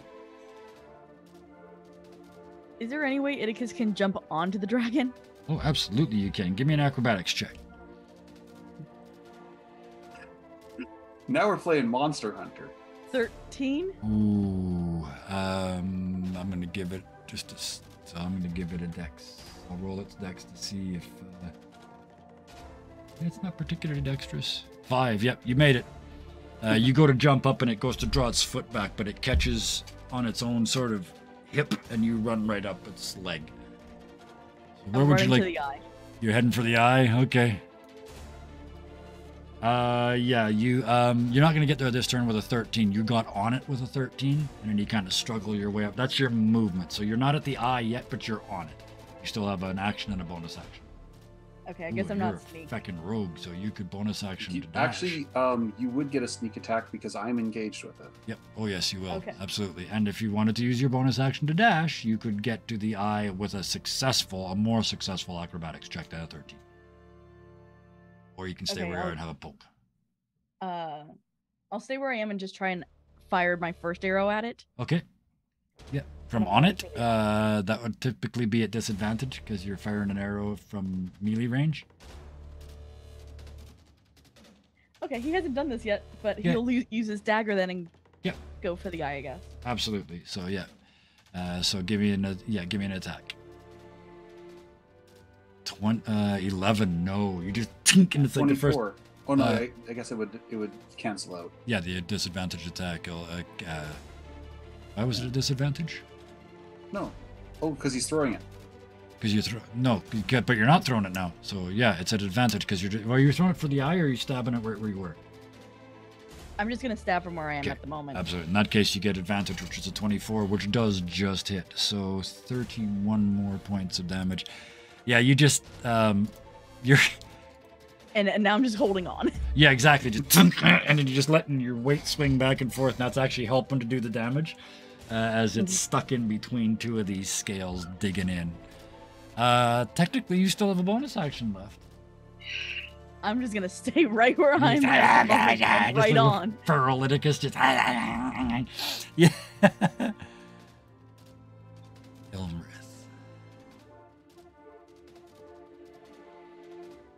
She get a breath weapon. That's the first one. No, 3 times in a round. Yeah, you get +2 on your AC because you're dancing, right? Because you're hyperactive. But she's right there. You're right there. Until that breath weapon comes back, you're still the main target. Bite attack. 29. That's a hit. And then 2 claws. 35. Oh, and a 17. I bet you that missed. 17 misses. With your +2, just barely. So yeah, the bite comes down and crunch around your. You just don't stop dancing. You actually kind of dance yourself further onto the bones, like oops, oops, oops. Ow, ow, ow. Oops, oops, oops, oops, oops, oops, oops. Yeah, so that's 17, and then as she opens her mouth, there's just this tiny little spark of lightning, does 2 more points of damage to you for 19 total. And then the first claw just smashes down on you, doing 15 more. The second one, poof, in the dirt beside you, missing completely. All right. Beowulf, your turn. I want to get him a little bit closer. Okay. I'm going to give you, because I know this is where you do your best work. I need that wisdom first. Give me a wisdom save first. If you pass that, I'm going to let you go right. Your movement, I'm going to let you get there. Oh. No. Oh, you're blessed. Give me a D4. You technically. I forgot something. What did you forget? At the end of each of its turns, it repeats the saving throw. It takes 4d6 fire damage on a failed save. Oh, for the immolation. Yes. Okay. Yeah. So I get a dex save. 18. This time I made it, so the fire goes out. That's kind of stinky. That's okay. Thank you. We did the right thing. It just didn't work. Yes. Sorry, I forgot. No, that's all good. No, that's good because I forgot too. So yes, could have done damage. 16. 16. With your friends around you, I'm going to bend the rules because it's the last one. Yeah, you just like shake it off like, no, there's no way. I can't not be part of this. You charge forward, and I'll let you get into melee from here. Well, at this Varith, point, you too, so. At this point, Beowulf would smell burnt dragon meat. Oh yeah. So now you're probably hungry. Yeah. So he's angry now. Yeah, he's kind of You're hangry. hangry, yeah. So you charge forward to Beowulf and then do us some attacks. Okay, so he's gonna do 1, 2, Both hit. 31 and 22, Yep, those both hit. 10, 11, so that's 21 plus 5 is 26. And bonus action. Oh, hang on, because you're not done doing damage here yet. Because instead of 1d6, these each do 3d6, so I need 4d6 more. Well, no, the damage. Oh yeah, it's how many more? 4 more d6. 4 more. Yeah, because you do 3 instead of 1 for all your damages. So you 14 did more. 21 and 14 is 35 plus the 5 extra you said, so that's 40. There we go. This is Beowulf And numbers. one more. That's better. Yep. And 1 more strike as a bonus action. Actually, that was only damage from your. Oh no, that was your 2. Yeah. It's 2 Yeah, attacks that's and it. And the third one hits as well with a 23. So go ahead and roll, and then roll me 2 more d6, 2 more d6s. Yeah. Damage. So Oh, that was 13 roll. crap. That one wasn't very good. So 13, you're off. and then +5 from the. Right, so minus Curse. 18 from the curse, yeah. So minus 8, so 18 more points. Yeah, you just start pulling off scales, and they're coming out. They're like hair, like it's coming out with the root. You're not just ripping the scale off. You're pulling the root out, and just like pulling out fingernails on a grand scale. These scales are this big, right? And you're just digging in, quite literally digging in. Bickford, what do you do? Well, Bickford's going to start by taunting the dragon and tell him, "Are you doing okay? You're starting to see things." And as he does that, he kind of splits into 2 Okay, yeah, as he invokes his duplicity. okay. I'll throw that on there. And so I will another forever version and of Bickford. always hear that as Joker, Yeah. or as Jester. Yeah. Invoke He's like- duplicity. And I'll do a terrible voice, but yeah, that's So the voice I always both hear. versions of Bickford are dancing, Yeah, and then one of them rears back and strikes was a Morning What is Spell that? twice. Looks like I was missed. an action to invoke duplicity. Is it an action? Yeah, that's what it says. As an action, you create a perfect illusion of yourself. Okay, so I get 1 attack then. You get 1 attack. So that doesn't matter because they both missed anyway. So yeah, Yeah. you and the 2 of you go as part of the move, but you both miss, 1 on each side of the foot. Tries to recover by continuing. Yeah, to it's dance. just a I move. meant to It's do just a move. that. This is Capawara. I meant to do that. Yeah. I'm just setting you up for the next hit. Verath. You guys Alright. just out of character. You're closing in on half of what this dragon needs to kill it. Go, Verath. All right. And you said I could just get into melee this time, right? Yeah. All Your righty. movement's gonna get you there. It's the time for It's time. Awesome. All right. Well, with that movement, I'm going and I'm. This is going to be something new. I'm going to cast Bestow Curse. Okay. So, DC 17 Wisdom save. It's got a plus 10 to wisdom and it rolled a 2. So it Let's failed. go. Okay. Okay. So So first thing, Bless goes away because that's also Yep. concentration. what does But- this curse do? The curse that I've chosen is it has disadvantage on all wisdom saves and ability checks because it's choose one ability score while cursed the target has disadvantage on ability checks and saves made with that ability. So Okay. it's And you picked disadvantage on its wisdom? best thing. Okay. Yes. Absolutely. And I believe that's going to be everything I can do. Kane. They're just piling onto this dragon, and it's just that corner. There's dust flying and more gold coins flying all around. What do you do? Was muted again. Oops. It's okay. All right, so for her action, I'm going to cast Dominate Beast. Okay. Yep. I'm going to play I Will Allow It on this. I think technically dragons So- aren't beasts, but that's okay. They're also not persons. Nope, they're definitely not. Yep. But go ahead. That's what I'm, like I said, I'm letting this work. So go ahead and what is the save? So It's gotta be a wisdom save. but it due has to disadvantage on it, bestow right? curse, it has disadvantage, but since we are fighting it, it's just a straight roll. Oh, it has advantage because you're fighting it. Okay. Right. All right. So straight wisdom save. What is your difficulty? 17? 17. Oh, it's making me wait. 29. Do not dominate it, I'm Okay. afraid.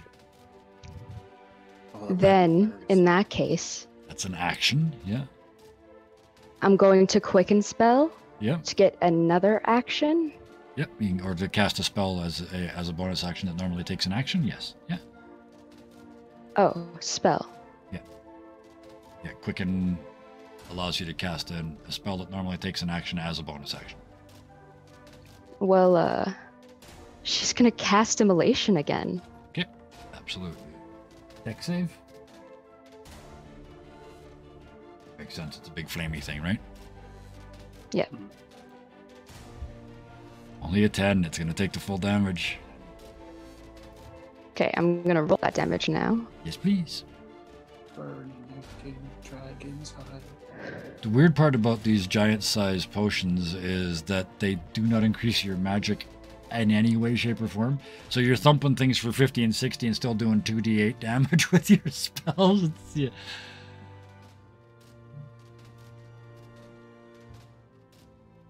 Thirty-two. 32 plus, what was the extra 14? Well, that's per round, right? It's Yeah. 32 right now, and then it would do, oh, no, it says 46 damage total. But yeah, the fire, yeah, 32 plus round. Okay. It's 32, and it's on fire, so keep reminding me of that. All right. You still have a bonus action left. No, technically she used it. Oh, you did. That's right. Immolation. That's right. Yeah. At the end of your turn, there are now 4 of you immediately adjacent, 1 on and 3 around. We're doing a wing attack again. So I need DC 24 dexterity saves from all 4 of you. 25. Made it. Idicus did not. That 7. makes Oh, sense. no, You're Idicus. on them. Yeah. Gareth did not. Beowulf. No. The only person that made it is Bickford. The rest of you take. It's because I'm braced against the wall. Yes, you can't fall over. 2d6. Oops, roll another one. So 10 plus 9, take 19 points of damage each, and you're all knocked prone. Bickford, you take none of that because you're a rogue and you made your save. And you Idicus are not takes knocked prone. Yeah, And I'm out. Idicus takes half and is out again. Yeah. It's okay. They're only unconscious. You guys But got that means time. he falls from the dragon. Oh, yes. Let's go. It's a bump, bump, bump, bump. You're landing in sand. Okay. Here's what we're going to do. Because, yeah, it's got to be bad, but it's not that bad. It's not an automatic death fail or a death save fail. That's what a lot of GMs will do because you took damage because you fell. Instead, you guys all watch horrified as Idicus slides off the dragon, hits the sand. Featherfall. Okay, still works. Yeah, you said that perfect. So you saved their life, and poof, they disappear into the sand. They're gone. Can't see them at the moment. So no failed Do death you save. want me to display Featherfall, or What's that? Featherfall kept do you them want from me to taking damage. display Featherfall? Don't worry about it. Yeah. Yeah. Okay. It's all good. We know So what yes, it does. you poof and you stop the damage, and Idicus, yeah, you're unconscious, and poof, you fall into the dirt. You're only unconscious. Don't look at me like that. I feel guilty already. I'm okay. Idicus. I knew this was a possibility. It was the death save. It's your turn. So it is a death save? Okay. Yep. Now that you're unconscious, now it's time. 19. Pass. Who do you remember? Who do you remember that brings you the first step back? What do you remember? What moment, what person, what thing? It's going to be meeting everyone the first time. Back in Golden Field, where it all started. You see it perfectly clearly this time. And for probably the first time, you realize Bickford changed sides. You guys were there, if you remember. You guys were just doing your thing, and then Bickford was suddenly helping you. Till just now, because he's never told you. Just now you realize he changed sides. That moment. That's what keeps you fighting.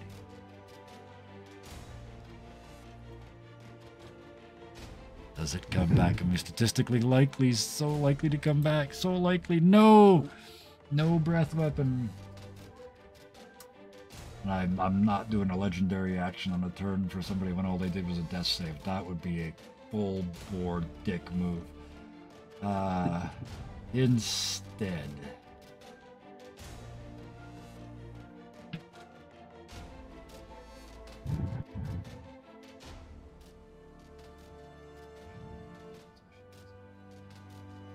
She turns and looks behind, just looks around herself.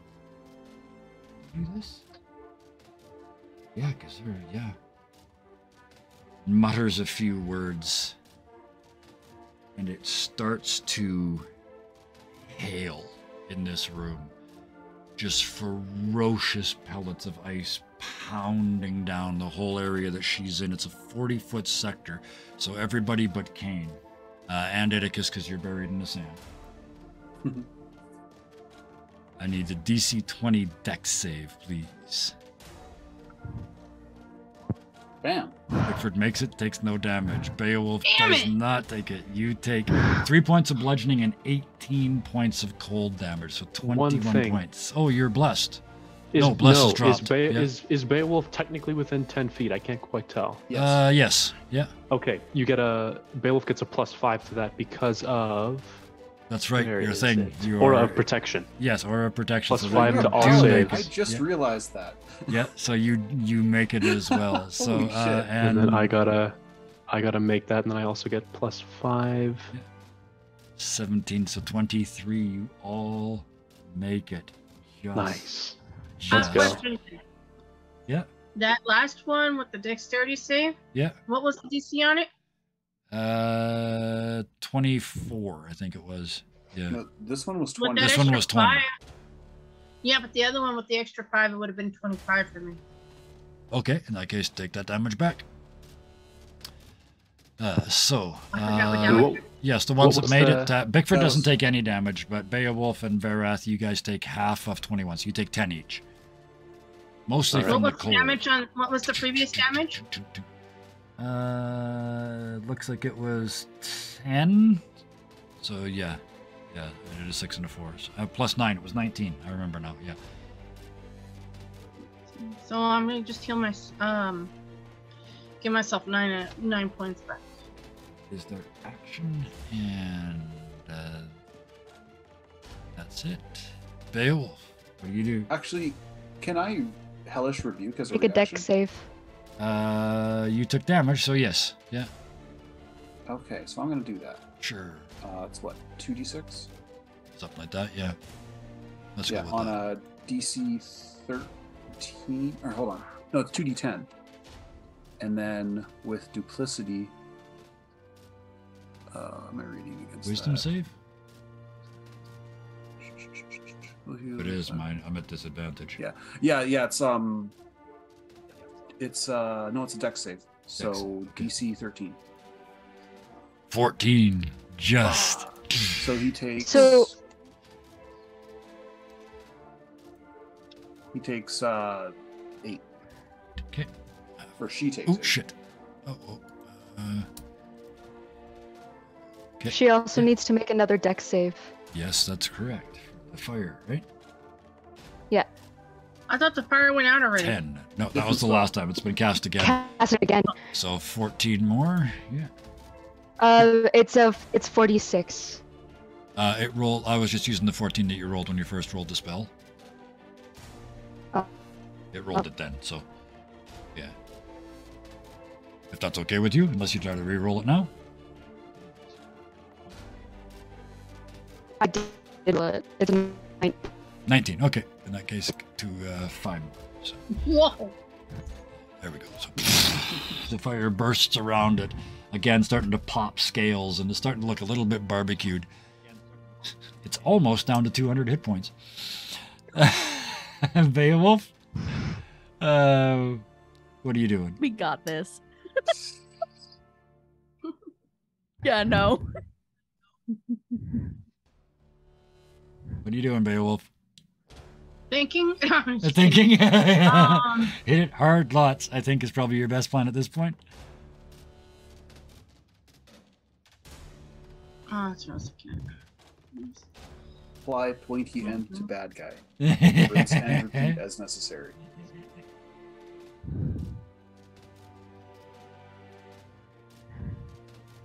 Hmm. Okay, we're just gonna go back to our smacky smack. Yep, thumpy thumpy. First one, 21. Second one both- doesn't do half. Both of those miss. Let's hope the third one doesn't. Third Oh, one. Jiminy Christmas, I Third don't So just bam, bam, bam. The third one, you kind of cut your palm on the side of one of the scales that you ripped out earlier. You don't take any damage, but you missed. Oh, look at this. Oh, I love the emotion. Oh. But yeah, it's just ping, ping, ping. You just bounce off 3 times. Holy cow. Quiet.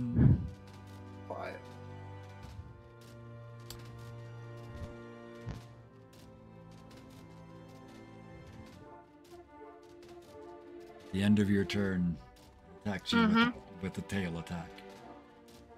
I need a DC 24 dex save, please. What? Dex. 2d6 plus 9. Got a 23. 17. So yeah, 23 save, which is not enough. You needed a 24. 28. Oh, that's right. Oh, Plus right. 5 because of the because of the aura. That's correct. So you only take 9 instead of 17. And then I actually take half of that if it's bludgeoning, right? Yes, because it's the tail. Yeah, Oh yeah. 'cause you're- 9. So half of that is 5. 5. Rounded down 4. Oh, 4. Bigford. Bigford can't see Idicus, Nope. so he's going to take his frustration out on the dragon. Yep. All right, Double. With advantage. Nope. Yeah, that's Because a miss. you're surrounded. So nope. That's a miss. That is Yeah, the another miss. frustration. Oh You're my just raging. God. Just Your feet keep slipping. You're slamming the ground. You're still hasted. You get one more, right? No, that's Well, my that was hasted. both. Okay. Yeah. And that's all I can do. Oh, that's frustrating. This you get a tail attack. Give me a dex save. 25. With. Okay, so you take none. There's no point in me rolling. It would have been it would have been never mind. It's trying to hit you with the dex thing. So Verath, you're up. All right. He's gonna reach out and grab onto whichever limb on the dragon is closest, Yep. and I'm gonna go with inflict wounds at Okay. 3rd level. Just pour your hatred into it. Your vitriol and anger. Just this must die. Go ahead and give me that roll, 'cause that's a to hit roll, right? Yes, it's Inflict you of first the to hit. woundies. 20. No. Your fingers drag across the surface. You see the spell sparkle, but it fails to make contact. What? Why did it do it Twice. twice? Why did it do it twice? It What doesn't the matter hell? because it's a great story thing. You drug, it's like no, and as you fall back, your other hand drags down, and magically you don't. It doesn't cost your spell level, but you fail to cast it twice. You fail to zap them twice. Oh, that's hideous. Oh man. Where's the disintegrating ray when you need it? Yeah, I think that's in it. DC. Okay, Kane.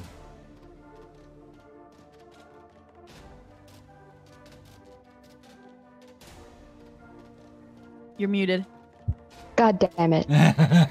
Okay, so am I correct in thinking if I have a concentration spell up, I can cast another spell that is not a concentration spell and that the concentration on that spell stays? That is correct. Okay.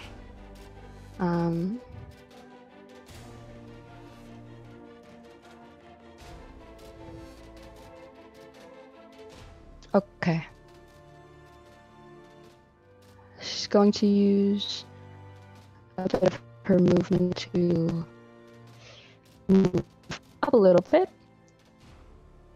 And then she's going to cast a Blight. Okay.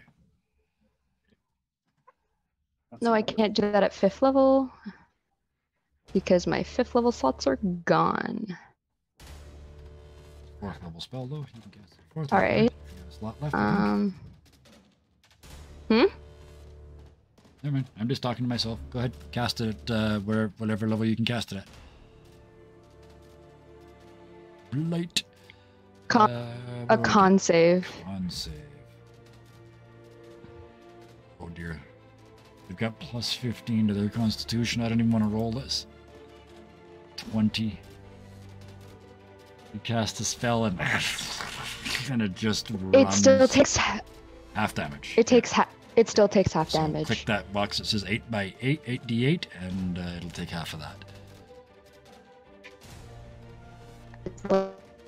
Indeed. Sorry. You're breaking up a little. I think your finger and being in the way is messing things up. It's okay. Also break. Yeah. It's a final fight. You put your finger wherever you want. You could turn that into a poster. Somebody clip that. Somebody Yeah. clip that, please. Yes. 29, so yeah. they get half of that, so 15 Somebody- points. So we don't forget about it. You and you suck the energy out. It's not as much as you'd hoped, but it does do some.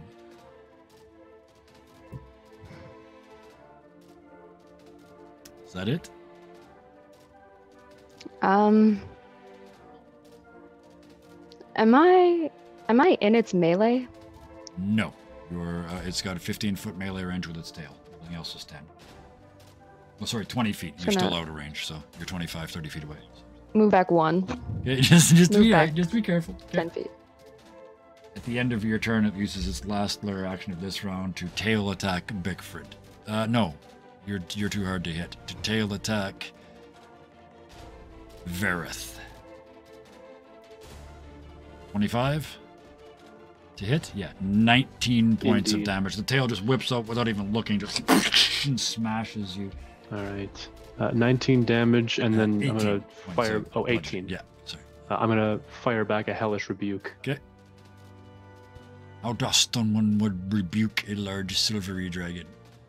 Or bluey dragon? He absorbs the impact and just Yeah. stares it down. Says, "I have been beaten by gods. You are nothing to me." And spits toward it. Yep. Okay. Give me some damage. I understand that. It is. It's a DC 17 Dex save. Where's the damage? There it is. 17. So, yeah. 18 dex. You Well, did 14, 17 so it's the first taking time. damage. Yeah. Only 9, 9 but points of damage. No, it's 17. Should be 17. You did it the first time. because Yeah, I there did you it go. twice again. Yeah, that's okay. Fuck's sake. It's it takes a while. I do that all the time too. So it takes the damage. It starts to burn a little bit. It's the 5 of you look around and you're in deep shit. Idicus is I'm missing. back. You're Back to all try. wounded. Things are not looking good. And then from the way that you came in, Idicus and Kane, from this hallway over here, I don't have a token for them. We haven't seen them since the 3rd episode. But walking in, smelling of incense, with a wild, long beard, and trailing behind him a younger version of himself, the monster hunter steps into the room, Oh no. Oh, son of a bitch. looks at the 5 of you, turns over his shoulder, and says, "Daughter mine, you were correct. They might be monsters, but not all monsters are the enemy."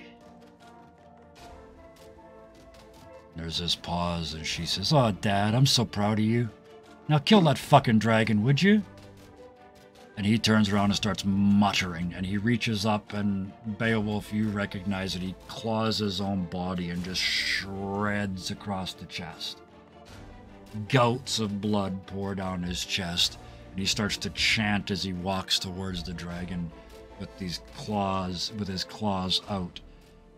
Ilmrith freezes as the music drops. He drives his fingers into it and looks up into her eyes. Said, I should have been hunting you all along. And the fingers clench and drive in, and you see the power of this being just crushing the dragon.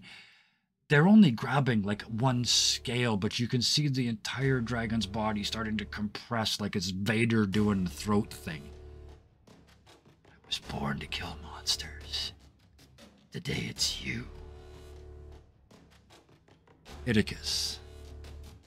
In the sand. Give me a death save, please. 7. You reach back. But almost to counter that image from the last one, you remember the scientist taking you apart. You lost that. You lost your village. You're a loser, Atticus. You Not can't just do this. that. Not just that. This time, I can feel it again. So every sensation that I felt the first time you did it, it's back.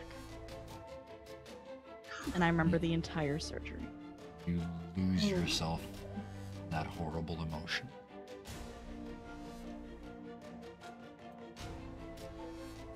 The dragon turns, looks down.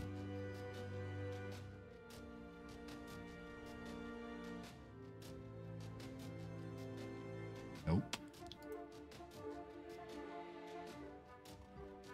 Dragon doesn't have much to say today.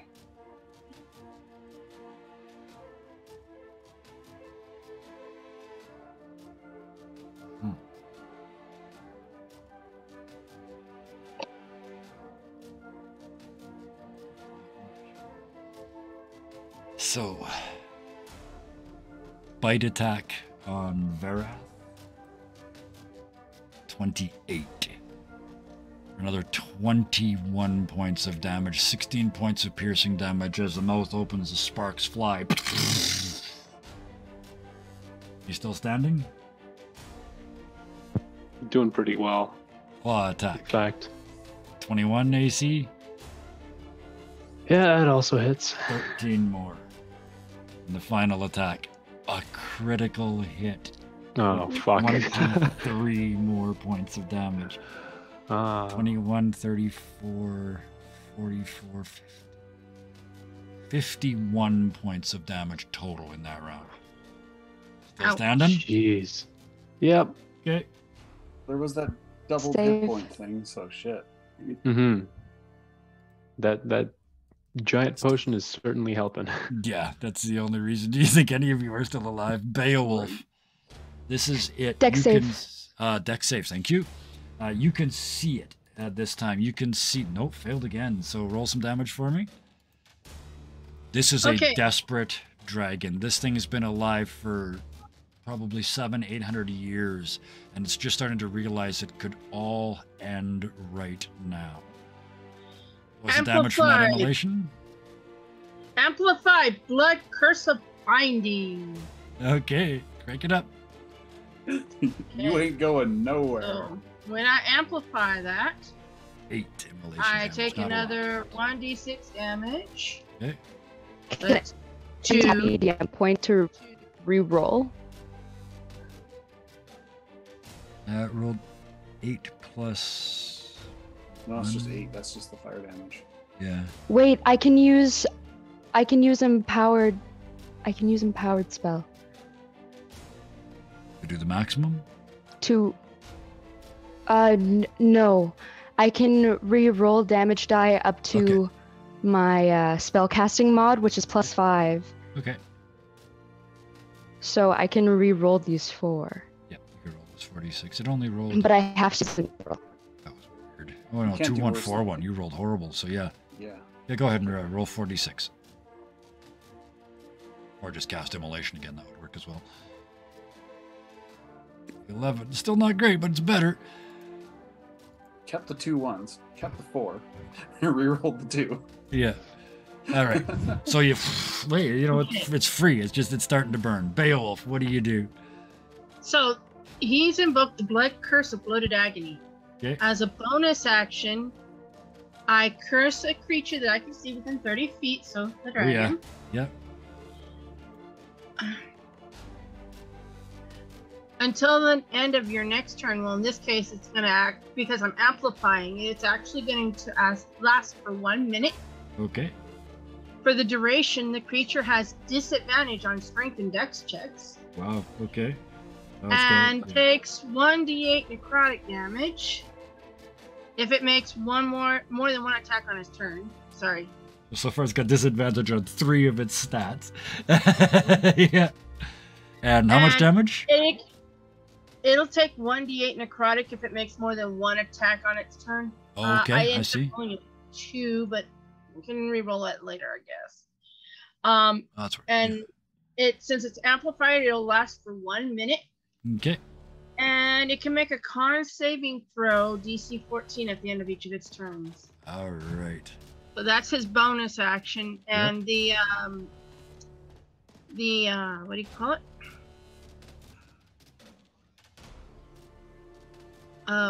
Amplifying it does only causes the damage, and it's no action. Good. So you still got your action? I got 2 actions still, yeah. Yeah. So 2 attacks.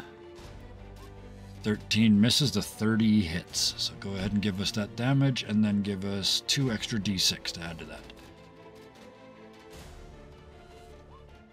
So 21 plus the 5 for being close to them. 26, right? Yep. All right. That's it. Bigfred. All right. I just remembered I had this spell. I'm a little pissed off I didn't. This thing's just... I am going to cast Hex as a bonus action. All right. Bam. Hexify yourself.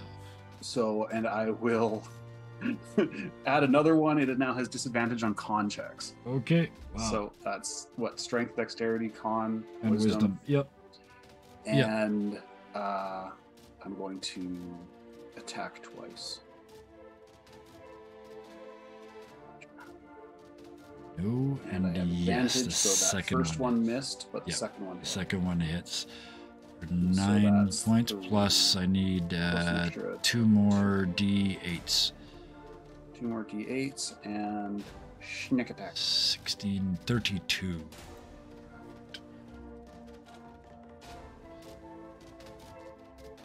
Okay. That's it? Did that actually do that right? Yeah, it did do that. Yeah, that's it. That's both my actions and a bonus action. Alright. Varath. This thing is just Alright. flailing around. It's like a snake it's all but dead. Still absolutely dangerous, but all but gone. What do you do? I'm just gonna finally go melee style with this thing with the glaive. 21, no, it bounces off. All right. And then second attack. You don't come get on. bonuses to yourself, right? For hits? No. No. Oh, you Let's critted. go. Critted. Yep. Fucking Awesome. A. So And that's just for good measure, I'm gonna pump a second level spell slot into that for 2d8 of divine smite. Oh, smite the bejesus out of this thing. Yeah.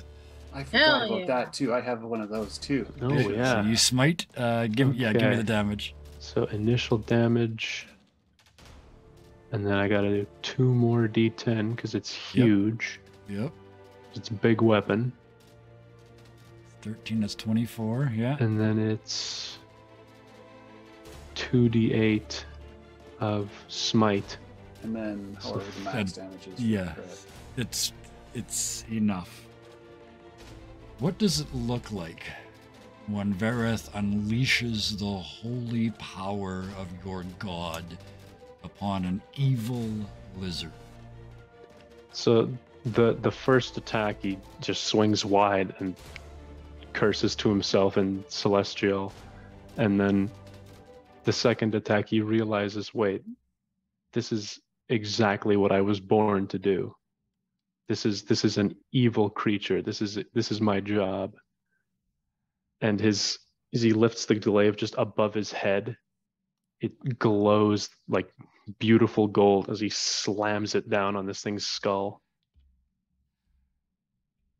skull just caves in.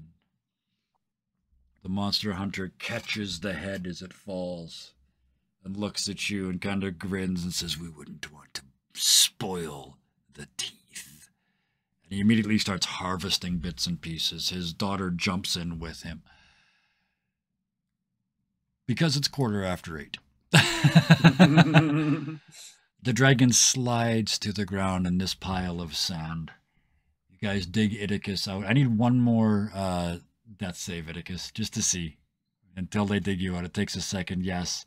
17. You just, no. You fight your way back. You wake up just as the dirt falls back off your face. Kane, yeah? Oh, no. Continue.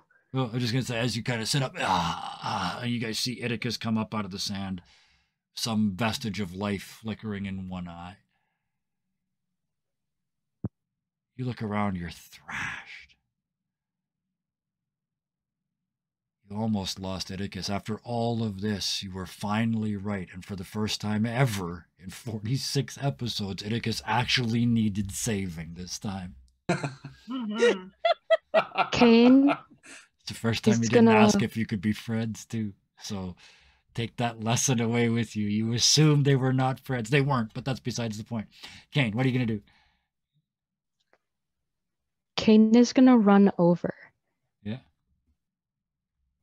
And for the first time in her life that she can remember, there are tears pooling in her eyes.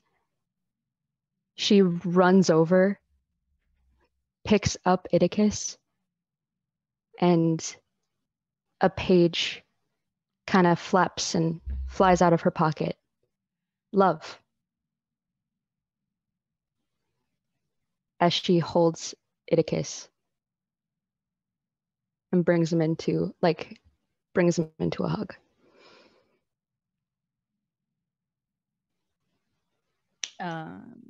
Just to add to it, because he's in and out of consciousness is my thought.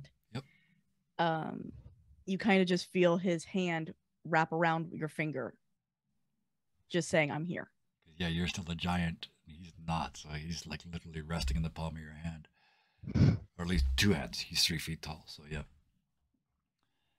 At this point, there's a... and the sand wall off to this side behind it, you kind of saw on the way in, starts to fall and collapse. And out of it steps Hecaton, with the scepter in his hand. I knew she'd have it down here somewhere. Do you need an... Oh, no you don't. Oh, hello, Leroy. The monster hunter just goes, "Hey!" and just goes back to pulling teeth out. Leroy? Yeah, Okay, Leroy Jones, nice to meet you. All right, Bickford. Weren't you trying to kill us? I've been chasing you for 3 months. And my daughter has been chasing me for 3 months. You look at the daughter, she's just like she's so proud of the fact that she fixed her dad. He set out to kill you guys. Like you were monsters. He was going to kill you. There was no question. But she made him, he tells you the story. She made me watch you and watch what you were doing. And you never did a damn thing evil. You didn't even steal from a dragon, for God's sakes. I did. That was really hard. I went in after you guys and stole all kinds of shit out of there, but never mind. I don't know what to say. I owe you all an apology.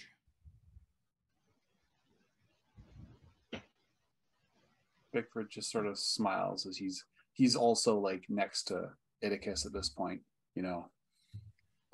Using, I guess he uses healing word to just kind of tell him it's going to be okay. Pick him back up. Yeah. Hecaton looks at Leroy and says, "Show a little respect. They're knights of the realm." And Hecaton drops to a knee and bows towards the 5 of you. Leroy looks. The eyebrows go out. His mouth starts to open. His daughter's hand comes over and And he takes a knee. And she takes a knee beside him. And there's this moment of just peace.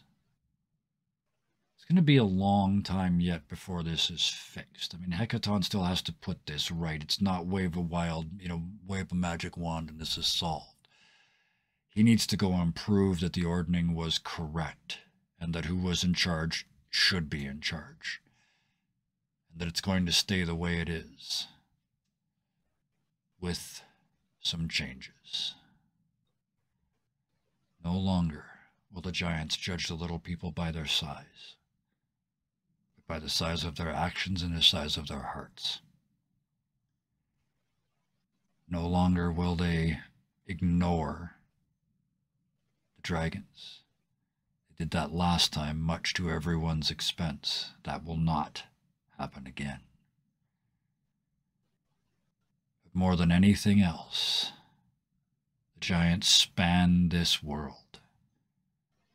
They are social creatures, and they will tell tales and stories and epic legends of the group of 5 tiny adventurers who did what giants could not do. 5 tiny adventurers that faced off against monsters that would make storm giants quake in their boots.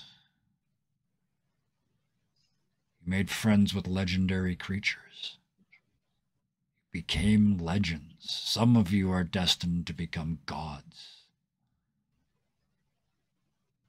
Not one of you will ever be forgotten. The bards will never be at a shortage of things to sing about. From golden fields to Waterdeep to Triboar, to the frozen wastelands of the north, to the unknown islands, and all the way off the east side of the map that never ends. No one will ever forget the names of Beowulf, Cain, Idicus, Bigfrid, Verath, Corfell, Zulthus, Varen, and I think that's it. Forever famous. But we'll see what forever looks like next week.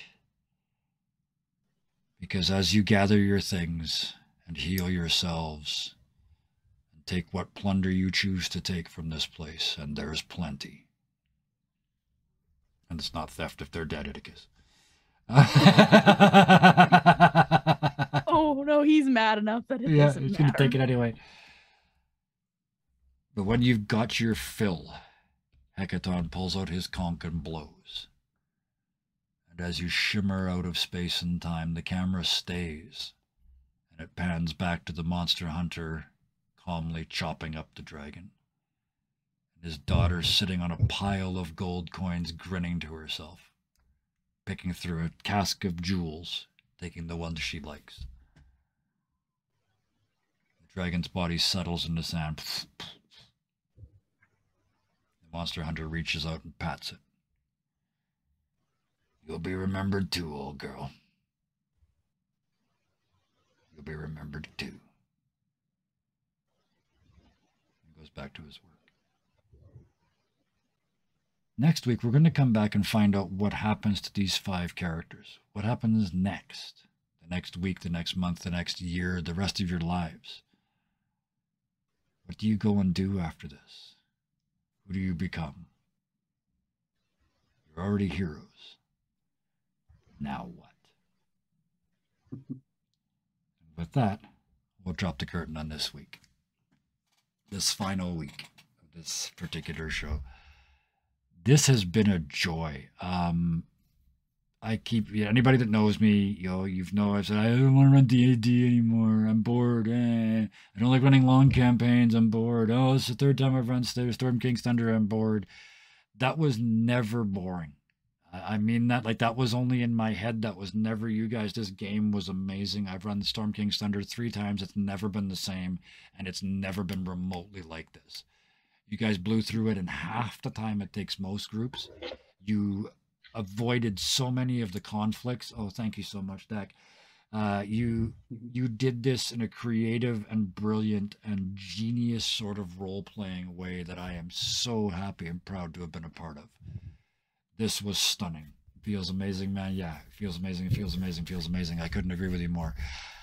These are always bittersweet.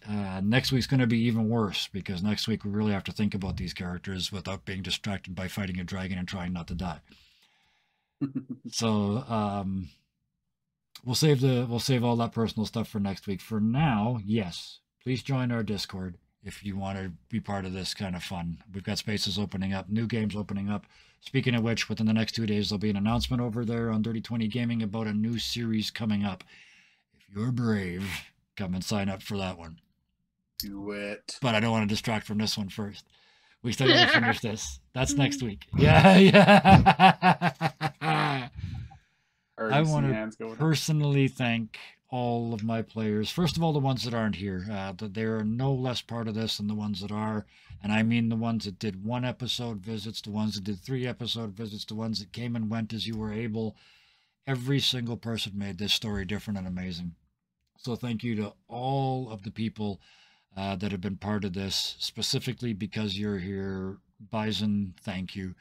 Bigford started as a joke and ended up as a very, very serious character who's still got a lot of work left to do.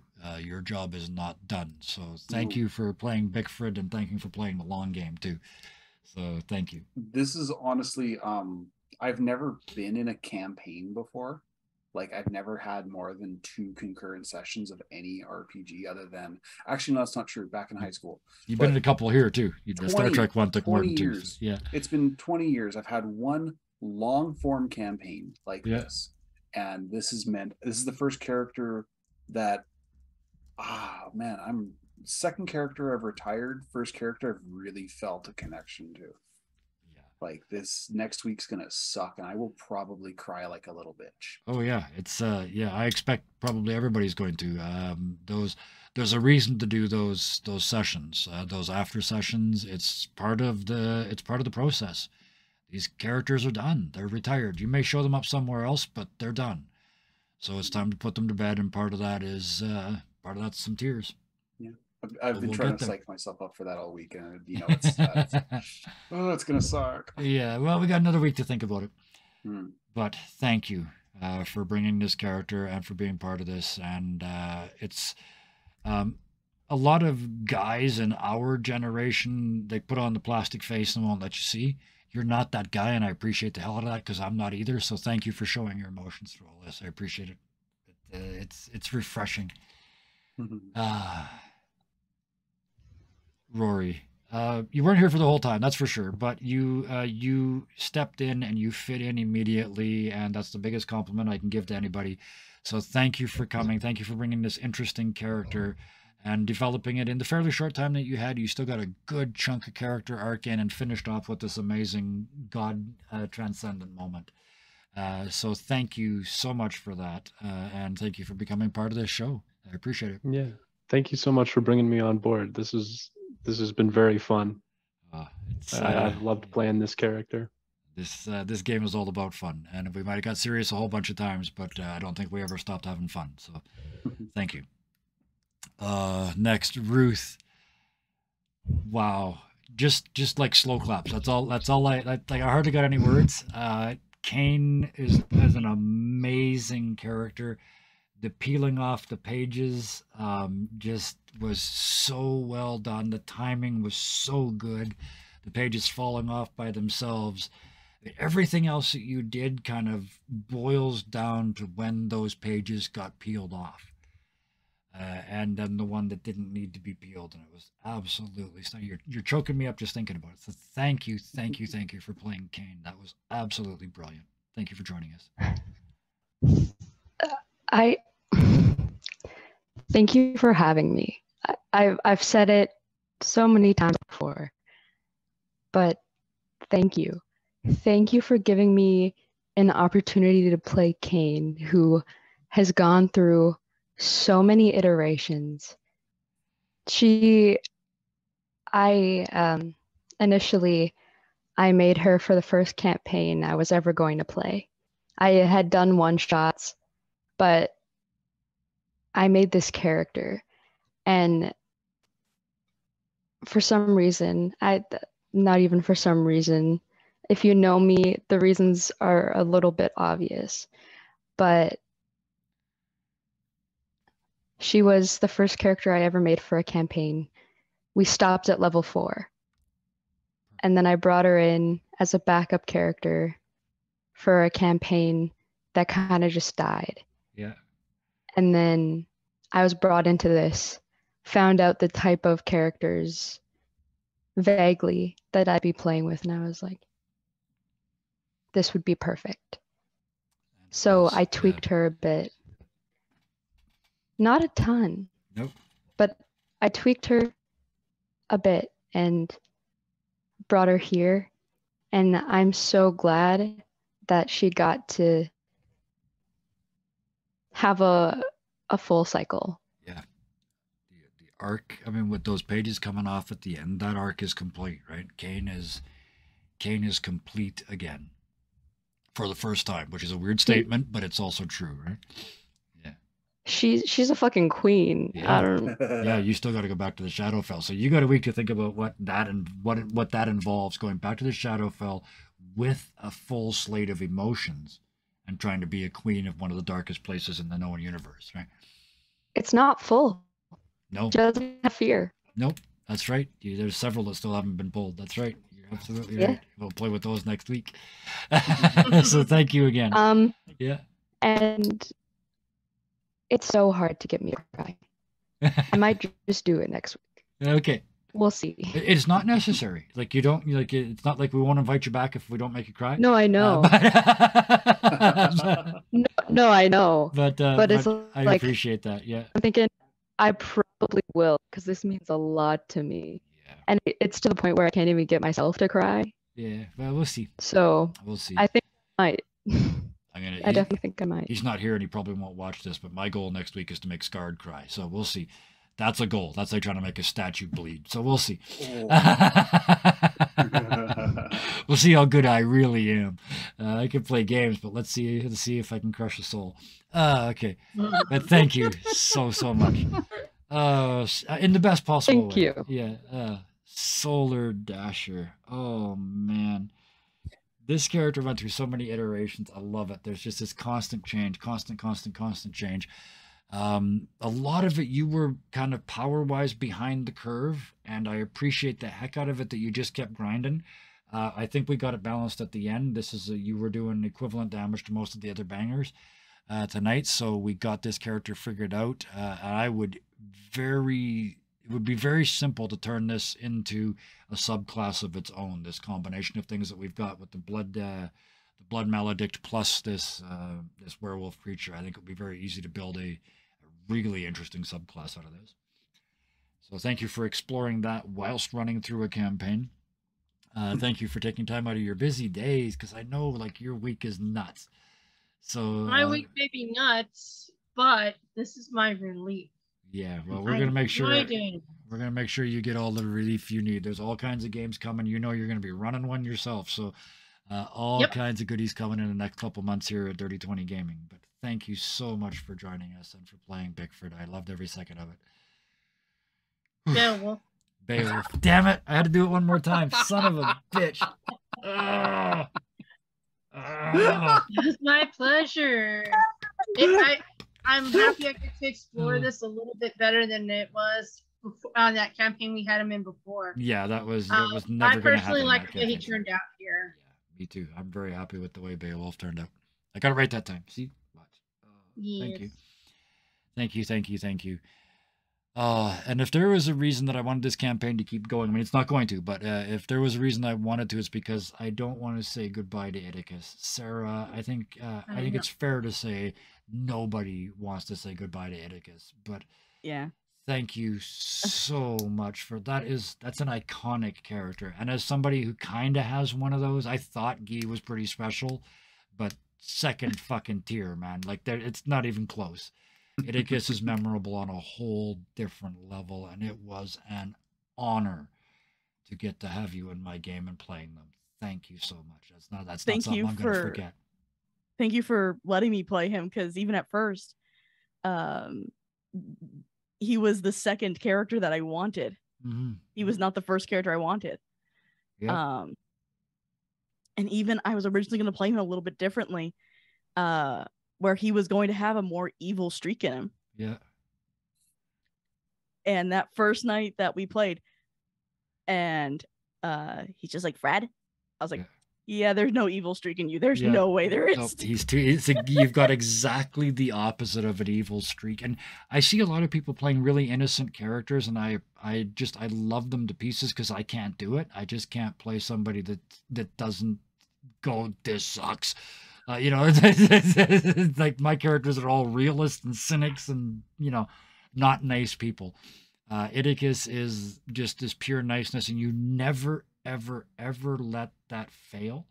No matter what happened to Idicus or anybody else in this group, just nope. I am an optimist, and I am looking for the good in people, and damn it, I'm going to ask a dragon if they will be my friend.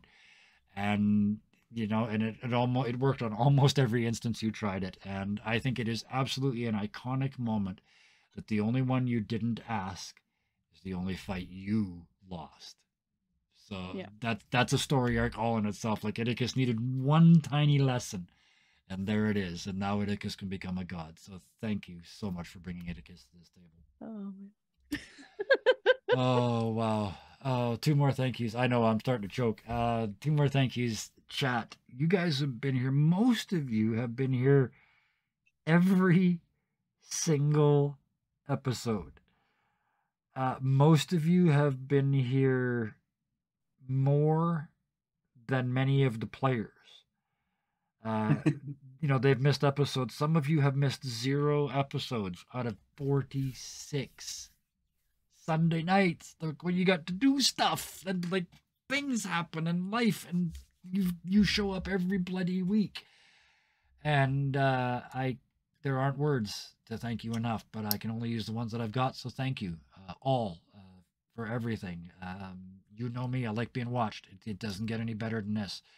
And having all of you watch is amazing. And knowing that more people are going to watch in the future on YouTube still blows my mind. Like, people are going to, this is over now, and people are going to tune in later to watch it. And that's really weird. But you had to think about it. Yeah, exactly. Like, you just, what the fuck? Out of all the things in the world, you're going to watch something I did last night? That's amazing. But the people that watched on YouTube all the way to here, this was it. This is the last time in this episode I'm going to ask you to please hit that like button, because you watched all the way to the end, and so I'm going to assume you did. And please hit that notification button, because way more stuff is coming. Way, way, way more stuff. The 20 Gaming is about to get a lot bigger than it is right now. But I do not want to distract from this night, because this moment was special in a lot of ways. So that's all the thank yous. Until next week, when we get back together and bring out the tissues. Until next week, and until next time, please, everyone, keep being nice to each other. Good night. Bye. Night, Night, y'all. everybody.